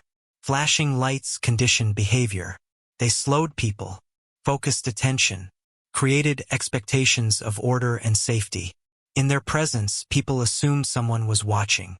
That assumption could be exploited without intention, without planning, by anyone close enough to notice it. This line of thinking made some investigators deeply uncomfortable. It stripped the case of villainy and replaced it with vulnerability. It suggested that what happened might not have been the result of predation in the traditional sense, but of convergence. Wrong place, wrong moment, two routines intersecting briefly, catastrophically. They tested the idea carefully, mapping hypothetical movements, calculating visibility, traffic flow, ambient noise. At certain times of night, the area absorbed sound efficiently. Engines masked voices. Passing cars created rhythmic interruptions. A brief exchange could occur without attracting attention, especially if it didn't look like trouble. This reframing didn't solve anything, but it made the case feel less impossible, less supernatural. It pulled it back into the realm of human error and chance, where most tragedies lived. Public discourse, however, had moved in the opposite direction. Online narratives grew more elaborate. The traffic stop became central, symbolic, inflated. People argued over guilt and innocence with a confidence unsupported by evidence. Names were dragged into speculation. Lives were disrupted by theories that had no obligation to be careful. Investigators watched this from a distance, frustrated but powerless. They knew how seductive certainty could be when the alternative was silence. They also knew how dangerous it was. The case had survived this long precisely because it resisted neat conclusions. Forcing one now would do more harm than good. Inside the file, a new section was added, not labeled suspects or leads, but conditions. It cataloged the environmental and situational factors that had converged that night. Lighting, traffic patterns, patrol routes, human behavior under uncertainty. It was an unusual approach, born from the recognition that the case might never point to a single individual, but to a moment that swallowed a person whole. One investigator described it privately as a crime committed by timing. That idea haunted them. Timing couldn't be interrogated, couldn't be arrested, couldn't confess. It existed only as a narrowing of possibility. If the victim had left 5 minutes earlier or later, if the patrol car had been a block away, if a single passerby had glanced in the right direction, the case balanced on those hypotheticals, fragile and merciless. The family was briefed carefully, not with theories, but with honesty. There might never be charges. There might never be a body. What investigators could offer now was understanding, not closure. The family listened in silence, absorbing the weight of it. They had lived with uncertainty for decades. What they feared wasn't ambiguity. It was being forgotten. They weren't forgotten. The case remained open, not as a formality, but as a statement, a refusal to accept disappearance as resolution. Each year it was reviewed again, not with the expectation of discovery, but with the discipline of remembrance. A retired officer, one who had been on duty the night of the disappearance but nowhere near the traffic stop, came forward with a memory he had never considered relevant. He recalled a moment of confusion on the radio, 2 transmissions overlapping, static, a brief delay before clarification. At the time, it meant nothing. Radios did that. But in retrospect, it suggested something small had gone wrong in the system, just long enough to create a blind spot. The memory was logged, not as evidence, as context. Cold cases accumulated context the way other cases accumulated proof. Layer by layer, they built an understanding that might never coalesce into certainty, but could still carry truth. As the years continued to press forward, the case settled into its final, uneasy form. Not solved, not dormant, just present. A reminder embedded in the department's culture. New detectives learned its contours early. They learned not what to think, but how to think. Carefully, patiently, without arrogance. The traffic stop remained what it had always been. A moment of order that didn't prevent chaos. A routine act that happened close enough to tragedy to feel implicated without ever being accused. It stood as evidence not of failure, but of limitation. And that was perhaps the hardest lesson the case offered. That law enforcement, for all its structure and vigilance, could still miss things simply because they didn't announce themselves as crimes. That harm could unfold quietly, efficiently, inside the margins of normal life. On the anniversary of the disappearance, a single candle was lit at the site where the car had been found. No speeches, no cameras, just light against darkness, fragile and deliberate. Those who stood there didn't talk about answers. They talked about moments, about how quickly they passed, about how easily they were taken for granted. The cold case endured, not as a puzzle waiting to be solved, but as an absence that continued to shape the space around it. A reminder that sometimes the most devastating events leave behind no evidence of struggle, only a question that never learned how to rest. And somewhere within that unanswered question, time kept moving, indifferent but relentless, carrying the truth forward even as it refused to reveal it. Waiting, perhaps, for a moment when the ordinary failed just enough to let something buried finally come back into the light. By the time the case reached its 3rd decade, it had acquired a strange gravity, the kind that didn't pull answers toward it, but pulled people inward. Detectives who touched it found themselves thinking about it on empty highways, at red lights, in the quiet moments before sleep. Not because it was active, but because it felt unfinished in a way that resisted resignation. The absence still had edges. The city had almost entirely forgotten the night itself. New buildings stood where empty lots once absorbed sound. Traffic patterns shifted. Surveillance cameras multiplied, watching corners that had once been blind. If the disappearance had happened now, investigators believed it would have unfolded very differently. That belief was both comforting and cruel. It suggested progress. It also confirmed how narrow the window had been. Cold cases at this stage often died quietly. This one didn't. It lingered because it refused to be explained away. There was no narrative that fit cleanly enough to be believed without effort. Every theory required at least one uncomfortable concession. A moment of luck too perfect, a silence too complete, a convergence too precise. A behavioral analyst was brought in not to profile a suspect, but to profile the event itself. They spoke in careful terms, avoiding drama. What stood out, they said, was the lack of escalation. No reported struggle. No noise. No witnesses describing panic. That suggested not control but confusion.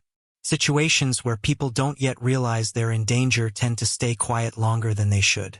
The analyst returned again to compliance. Not obedience, but uncertainty. When people don't know what's happening, they hesitate. They wait for cues. They assume explanation will arrive. In that hesitation, critical minutes disappear. Investigators listened, recognizing the shape of something they had circled for years without naming. The case didn't feel like an attack. Felt like an interruption. A moment where the victim's routine was disrupted just enough to derail everything that followed. The traffic stop once again sat near the center of that idea. Not as a trigger, but as part of the environment. Flashing lights didn't just command attention. They reframed it. They told everyone nearby that order was present, that authority was active. In such moments, people relaxed their vigilance in the wrong direction. This wasn't accusation. It was context. The kind that made the case more unsettling, not less. Investigators revisited training footage, accident reconstructions, even dashcam videos from unrelated stops, watching how people moved, where they looked, how long it took them to notice things outside the expected script. The conclusion was uncomfortable but consistent. People missed a lot, especially when they thought someone else was in control. The family was consulted again, not for permission, but for perspective. They described the victim as someone who trusted systems, who believed rules mattered, who assumed help would come if it was needed. Those traits, admirable in life, felt dangerous in retrospect. The family understood this analysis not as blame, but as a form of mourning. The realization that what made someone good could also make them vulnerable. Public interest spiked briefly after a popular podcast dedicated an episode to the case. Listeners dissected timelines with fresh obsession, freezing moments, inventing certainty. Tips surged again. Most were recycled. A few were new, but none were solid. The case absorbed the attention and remained unchanged. Investigators grew wary of narrative pressure. They had seen too many cold cases twisted into something simpler than reality allowed. This one resisted simplification. It didn't want a villain. It wanted acknowledgement. A junior analyst noticed something subtle while reviewing old patrol schedules. On the night of the disappearance, coverage had been slightly thinner than usual, not because of negligence, but because of a minor staffing shift. Nothing dramatic, just enough to stretch response times by minutes. Those minutes overlapped precisely with the narrow window investigators had been studying for years. The finding didn't solve anything. It didn't accuse anyone, but it added another layer to the environment, another condition that made disappearance possible without spectacle. A thinner net, a wider gap. Layer by layer, the case was no longer about a single missing person. It was about fragility, about how many small, reasonable decisions could align to create a space where something irreversible could occur without witnesses, without evidence, without noise. Investigators began referring to it privately as a vanishing point. Not because the person vanished inexplicably, but because the conditions converged just long enough to make vanishing achievable. There were moments, late at night, when the case felt almost solved in spirit, if not in fact. The shape of what happened seemed clearer, even if the details remained unreachable. It was a strange comfort, paired with deep frustration. Understanding without proof was a fragile thing. The family sensed this shift. Conversations with detectives grew quieter, more reflective, less about leads, more about meaning. They asked different questions now. Not who did this, but how the world had allowed it. Those questions didn't have satisfying answers, but they felt honest. As the case entered yet another year, resources were allocated sparingly. Reviews continued. Files were updated. Nothing new emerged. And yet, the case refused to close itself. It stayed alive in institutional memory, in training sessions, in the cautionary tone detectives used when talking about routine. The traffic stop remained a silent landmark in that memory. Not because it failed, but because it illustrated how close order and chaos could coexist without touching. How easily attention could be pulled in one direction while something else slipped away. On certain nights, when patrol cars idled on quiet roads and their lights reflected off windshields and storefronts, some officers thought about that case. About how nothing had seemed wrong. About how nothing ever did until it was. The cold case persisted not as a question demanding an answer, but as a lesson demanding humility. A reminder that mystery didn't always hide in darkness. Sometimes it hid in the most ordinary glow of all. Red and blue lights flashing briefly against the night, then fading, leaving behind a silence no one noticed until it was far too late. The longer the case lived, the more it began to resemble a fault line rather than a mystery. A hidden fracture running beneath ordinary ground, invisible until pressure revealed it. Investigators noticed how often it surfaced in unrelated discussions, invoked not by name but by implication. Someone would mention a disappearance with no witnesses, a routine moment that ended badly, and the room would quiet in recognition. Everyone knew which case they were thinking about. What lingered was not shock anymore, but unease.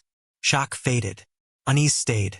A quiet internal review raised a question no one had wanted to articulate before. Not about guilt, not about suspects, but about probability. If the case were stripped of emotion and examined purely as a statistical event, how rare was what had happened? Analysts ran models, imperfect and theoretical, comparing similar disappearances across regions and decades. The results were unsettling. Events like this were uncommon but not unique.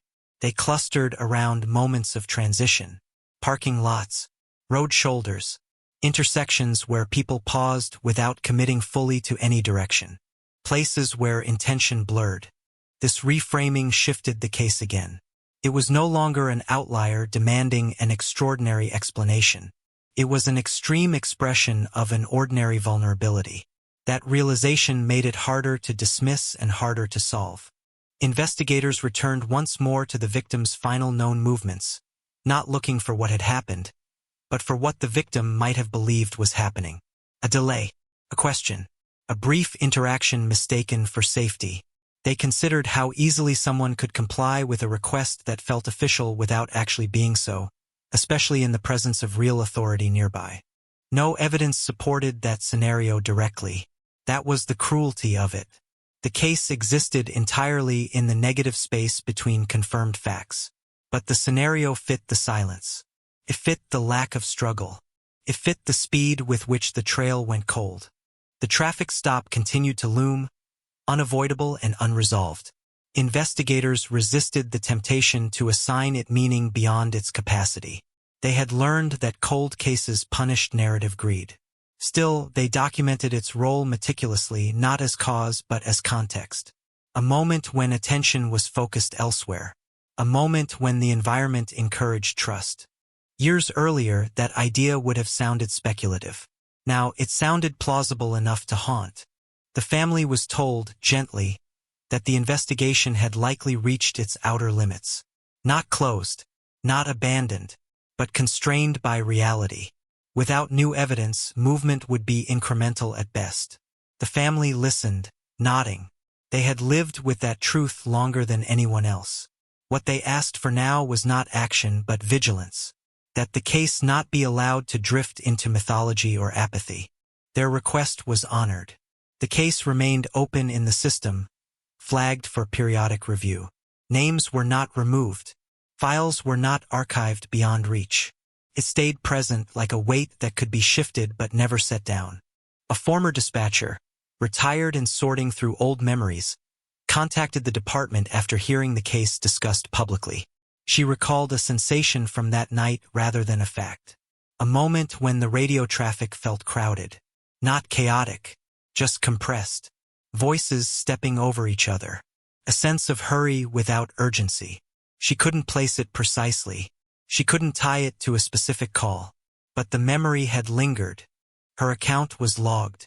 Again, not as evidence, as texture. Cold cases accumulated texture when they could no longer gather proof.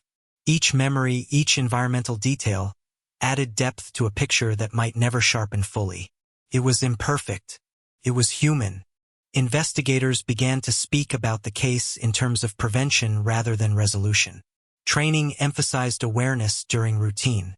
The danger of assuming safety because authority was present. The importance of noticing what didn't fit even when nothing appeared wrong.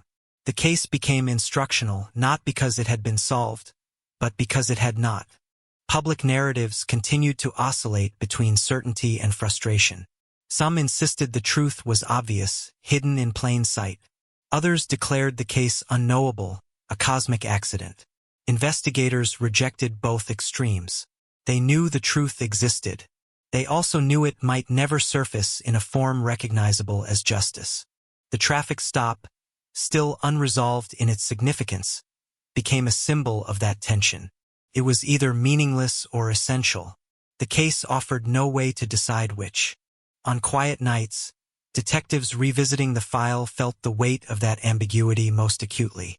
They stared at the same timestamps, the same locations, aware that every conclusion rested on assumptions about human behavior. Assumptions that were reasonable, and therefore dangerous.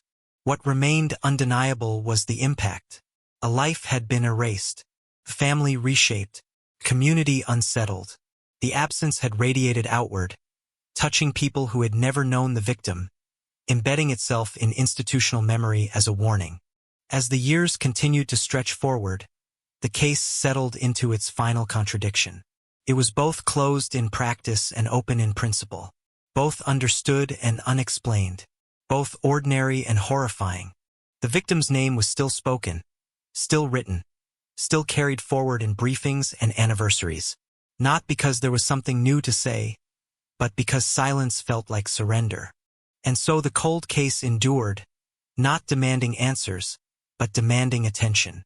A reminder that the boundary between safety and loss could dissolve without sound, without struggle, without witnesses. That routine did not protect against tragedy. That sometimes the most devastating crimes left behind nothing but alignment of time, of place, of distraction. Somewhere inside that alignment, the truth remained intact, unconfessed and unproven, existing quietly beyond reach. And as long as the case stayed open, even only in memory, that truth was not allowed to disappear completely. Not yet. As the case edged closer to a quarter-century unresolved, it began to exert a quieter, more intimate pressure on those who still carried it. Not urgency, not hope, responsibility, the understanding that some stories did not ask to be finished, only to be held correctly. Investigators spoke less about solving it and more about stewarding it, guarding what little truth remained from distortion, erosion, or convenient conclusions. The file was leaner now, not because information had been lost, but because speculation had been stripped away. What remained were facts that refused to change and absences that refused to fill. A last confirmed sighting, parked car, a narrow window of time, a routine traffic stop that continued to exist like a shadow cast by something unseen. One senior detective, nearing retirement, admitted privately that the case had changed how he saw his job. Early in his career, he believed crimes announced themselves through patterns and mistakes. Now he understood how easily harm could slip through competence, through systems doing exactly what they were designed to do. The idea unsettled him more than any unsolved murder. The department conducted a final comprehensive review, not because they expected a breakthrough, but because time demanded accountability. Everything was rechecked against modern standards. Evidence logs, interview protocols, search parameters, not to assign blame, but to ensure that nothing obvious had been missed simply because it had once seemed too ordinary to matter. The conclusion was both reassuring and devastating. The investigation had been thorough, reasonable, earnest, and still insufficient, not because of negligence, but because the event itself had left so little behind. That realization reframed failure. It wasn't personal. It was structural, a reminder that even layered vigilance had limits. The traffic stop was reviewed one last time, now framed explicitly as context rather than lead. Its significance lay not in what it revealed, but in what it concealed, a brief reorganization of attention that made the surrounding environment feel watched when it wasn't. It was a reminder that visibility was not the same as safety. The officer involved was informed of the review's conclusion. He listened quietly, relief and discomfort crossing his face in equal measure. He had carried the weight of implication for years without accusation, haunted by the idea that a routine moment in his career might be connected to something irreversible.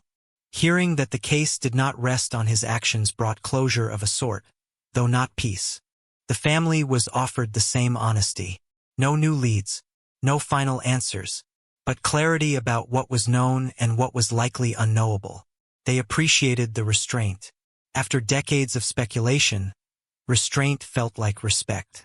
They spoke about memory, about how the victim existed now not as a person frozen in disappearance, but as someone whose life had mattered beyond the mystery of its end. They asked that future discussions not reduce them to a symbol or a lesson. Investigators agreed. It was a promise they could keep.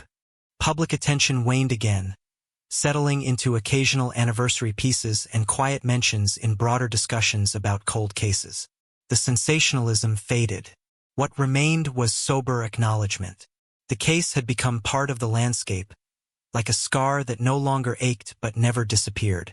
Training materials were updated to include the case, anonymized, abstracted, not as a warning about criminals but about assumptions, about the danger of believing that routine equaled safety, about how attention could be misdirected without intention.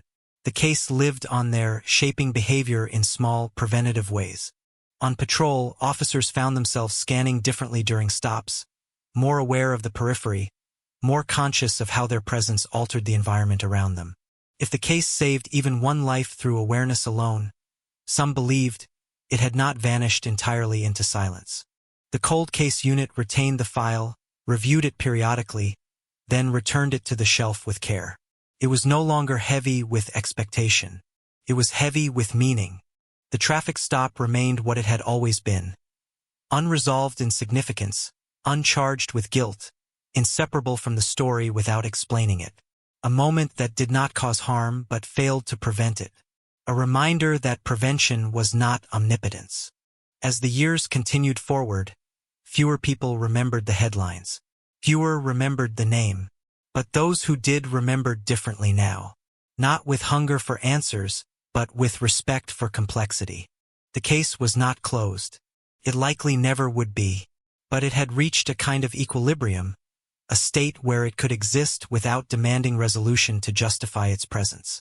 And in that equilibrium, the truth remained what it had always been, intact, unreachable, undisturbed by speculation. It lived not in evidence, but in alignment, of time, of place, of attention turned just slightly away. On quiet Florida nights, when traffic thinned and patrol lights reflected off empty roadways, the memory of that alignment lingered, not as accusation, as caution, because the case had taught something no resolution ever could. That disappearance did not always require darkness. That silence could be engineered by normalcy. That the most devastating moments sometimes unfolded without breaking any rules at all. The cold case endured, not as a question waiting for an answer, but as a truth waiting to be respected. That sometimes, despite everything done right, something could still be lost, and the only justice left was remembering that it had ever been there. In the end, what remained was not a revelation, but a residue, the faint outline of a moment that refused to be erased. The case no longer asked to be solved. It asked to be understood without being simplified, to be remembered without being reshaped into something more comforting than it was. For those who carried it, that distinction mattered. The final reviews were completed quietly, without press releases or promises. The file was returned to its place with deliberate care, not because it was finished, but because it had reached the farthest edge of what could be known. Everything inside it had been weighed, challenged, contextualized. Nothing new emerged. Nothing receded either. The absence held its ground. Investigators came to accept that the case did not hinge on a single decision or a single person. It hinged on convergence, on the way small certainties could align just long enough to create a void, a routine errand, a pause, a momentary trust in order, a brief reorganization of attention, each piece, harmless on its own, together forming a silence that swallowed a life. The traffic stop, still present in every retelling, settled into its final meaning. Not evidence, not failure, not salvation. It became a marker of proximity, a reminder of how close structure and loss could exist without touching. A flash of authority that reassured and distracted at the same time. A symbol not of what went wrong, but of how easily rightness could coexist with tragedy. Those who had worked the case the longest felt a particular kind of fatigue, not exhaustion, but completion without closure. They spoke about it less, not because it no longer mattered, but because it had been integrated into how they saw the world. The case had altered their instincts. They trusted routine less. They watched margins more. They understood that the absence of alarm did not equal the presence of safety. For the family, the passing years did not soften the loss so much as change its texture. Grief became quieter, less jagged, but no less real. They lived with two parallel truths: that the person they loved was gone, and that the story of that disappearance would never fully resolve. They learned to hold both without letting either consume the other.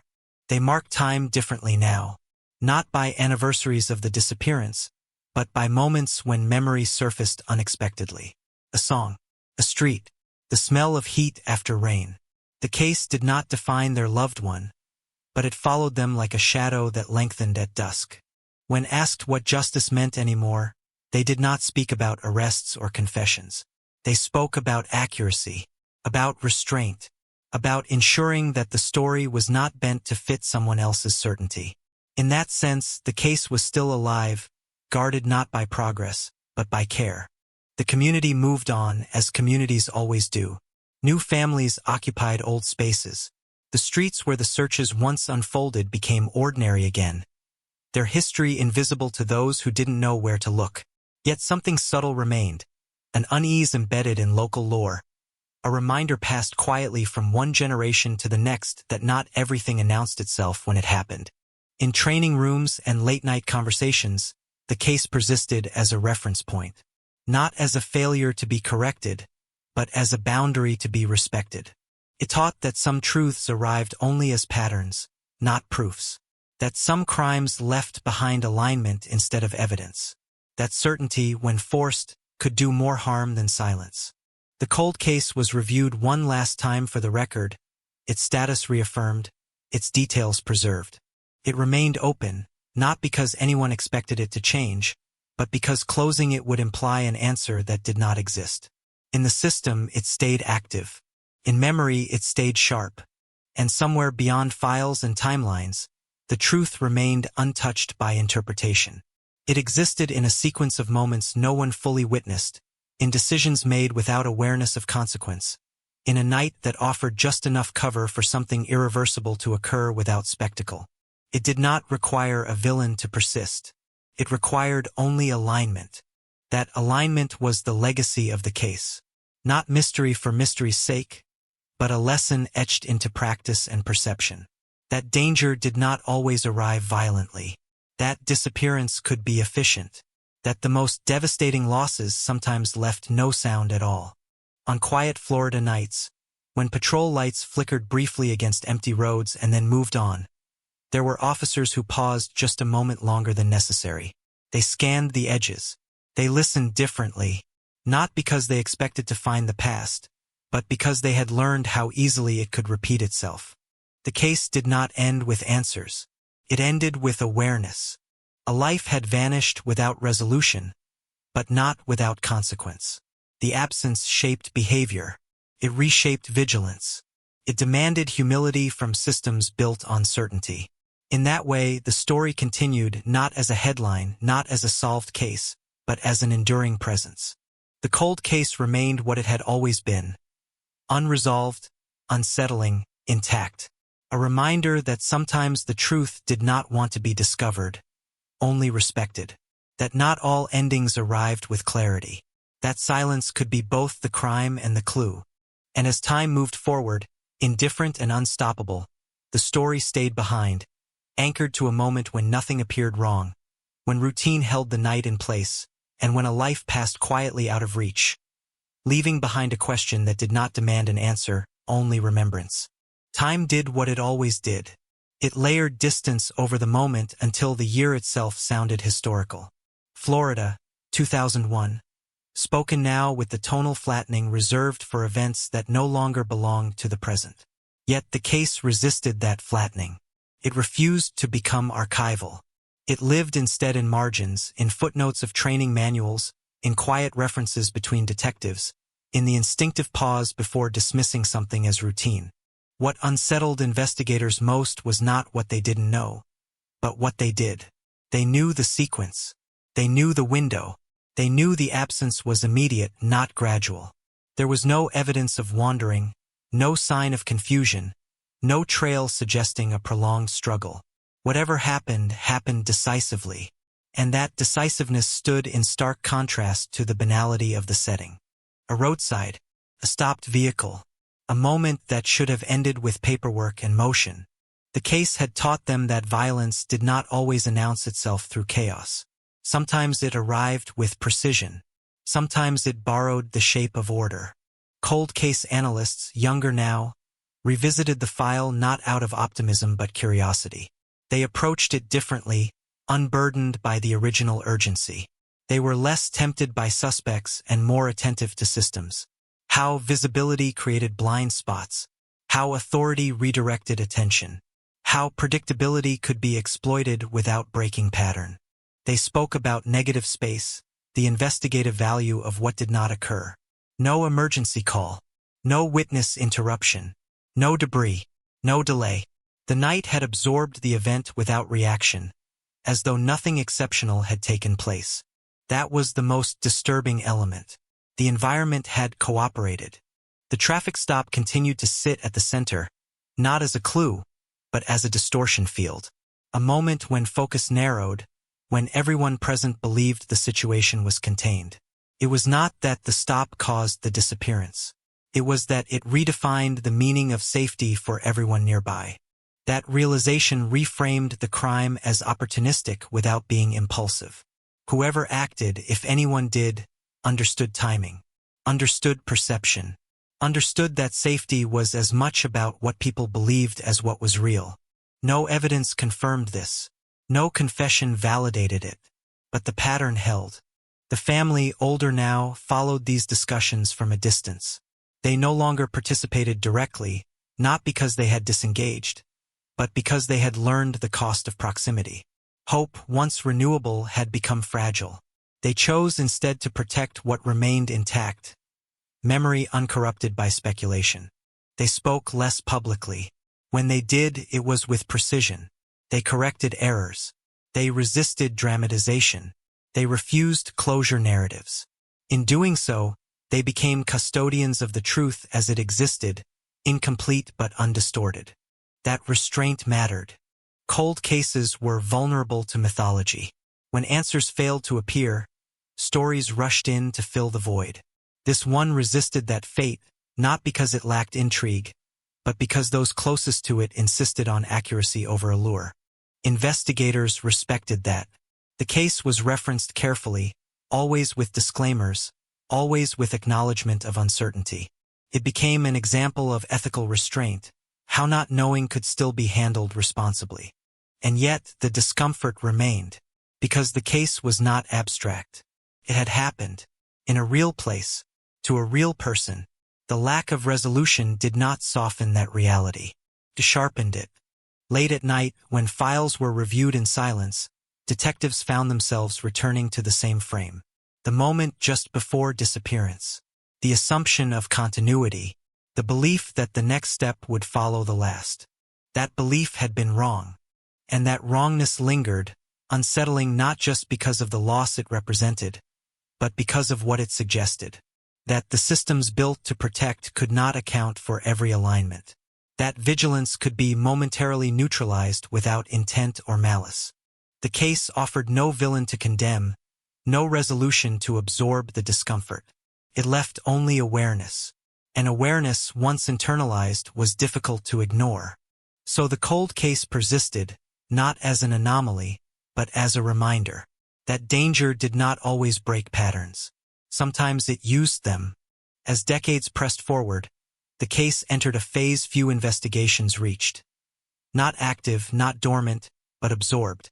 It existed inside professional instinct, shaping decisions without being named. Officers didn't cite it. They felt it. A subtle recalibration of caution. A refusal to fully relax simply because protocol was being followed. That was its quiet legacy. New technologies emerged, each promising clarity. Data integration, behavioral modeling, predictive mapping. The case was run through them all, more out of obligation than expectation. Each time, the result was the same. No anomaly, no deviation large enough to isolate. The disappearance fit too many models and none of them completely. It was both ordinary and singular. Analysts noted how the case defied escalation. There was no precursor event, no known threat, no argument, no sign of preparation. The absence of buildup suggested either extreme spontaneity or extreme familiarity with opportunity. Both possibilities were equally unsettling. The traffic stop remained temporally adjacent, its presence undeniable yet inert. Every model tested its influence, and every model returned ambiguity. The stop neither explained nor excluded anything. It existed as a contextual constant, unresolvable and indispensable. That paradox defined the case. In public discourse, interest flickered occasionally, reignited by anniversaries or broader discussions of unsolved crimes. Each time, the same hunger appeared, a desire to force an ending, to retrofit meaning, to assign certainty where none had survived. Investigators resisted that impulse. They had learned that certainty without evidence was not resolution. It was erosion. The family watched these cycles from afar. They understood them. They did not participate. The truth, as far as it existed, did not benefit from repetition. It benefited from care.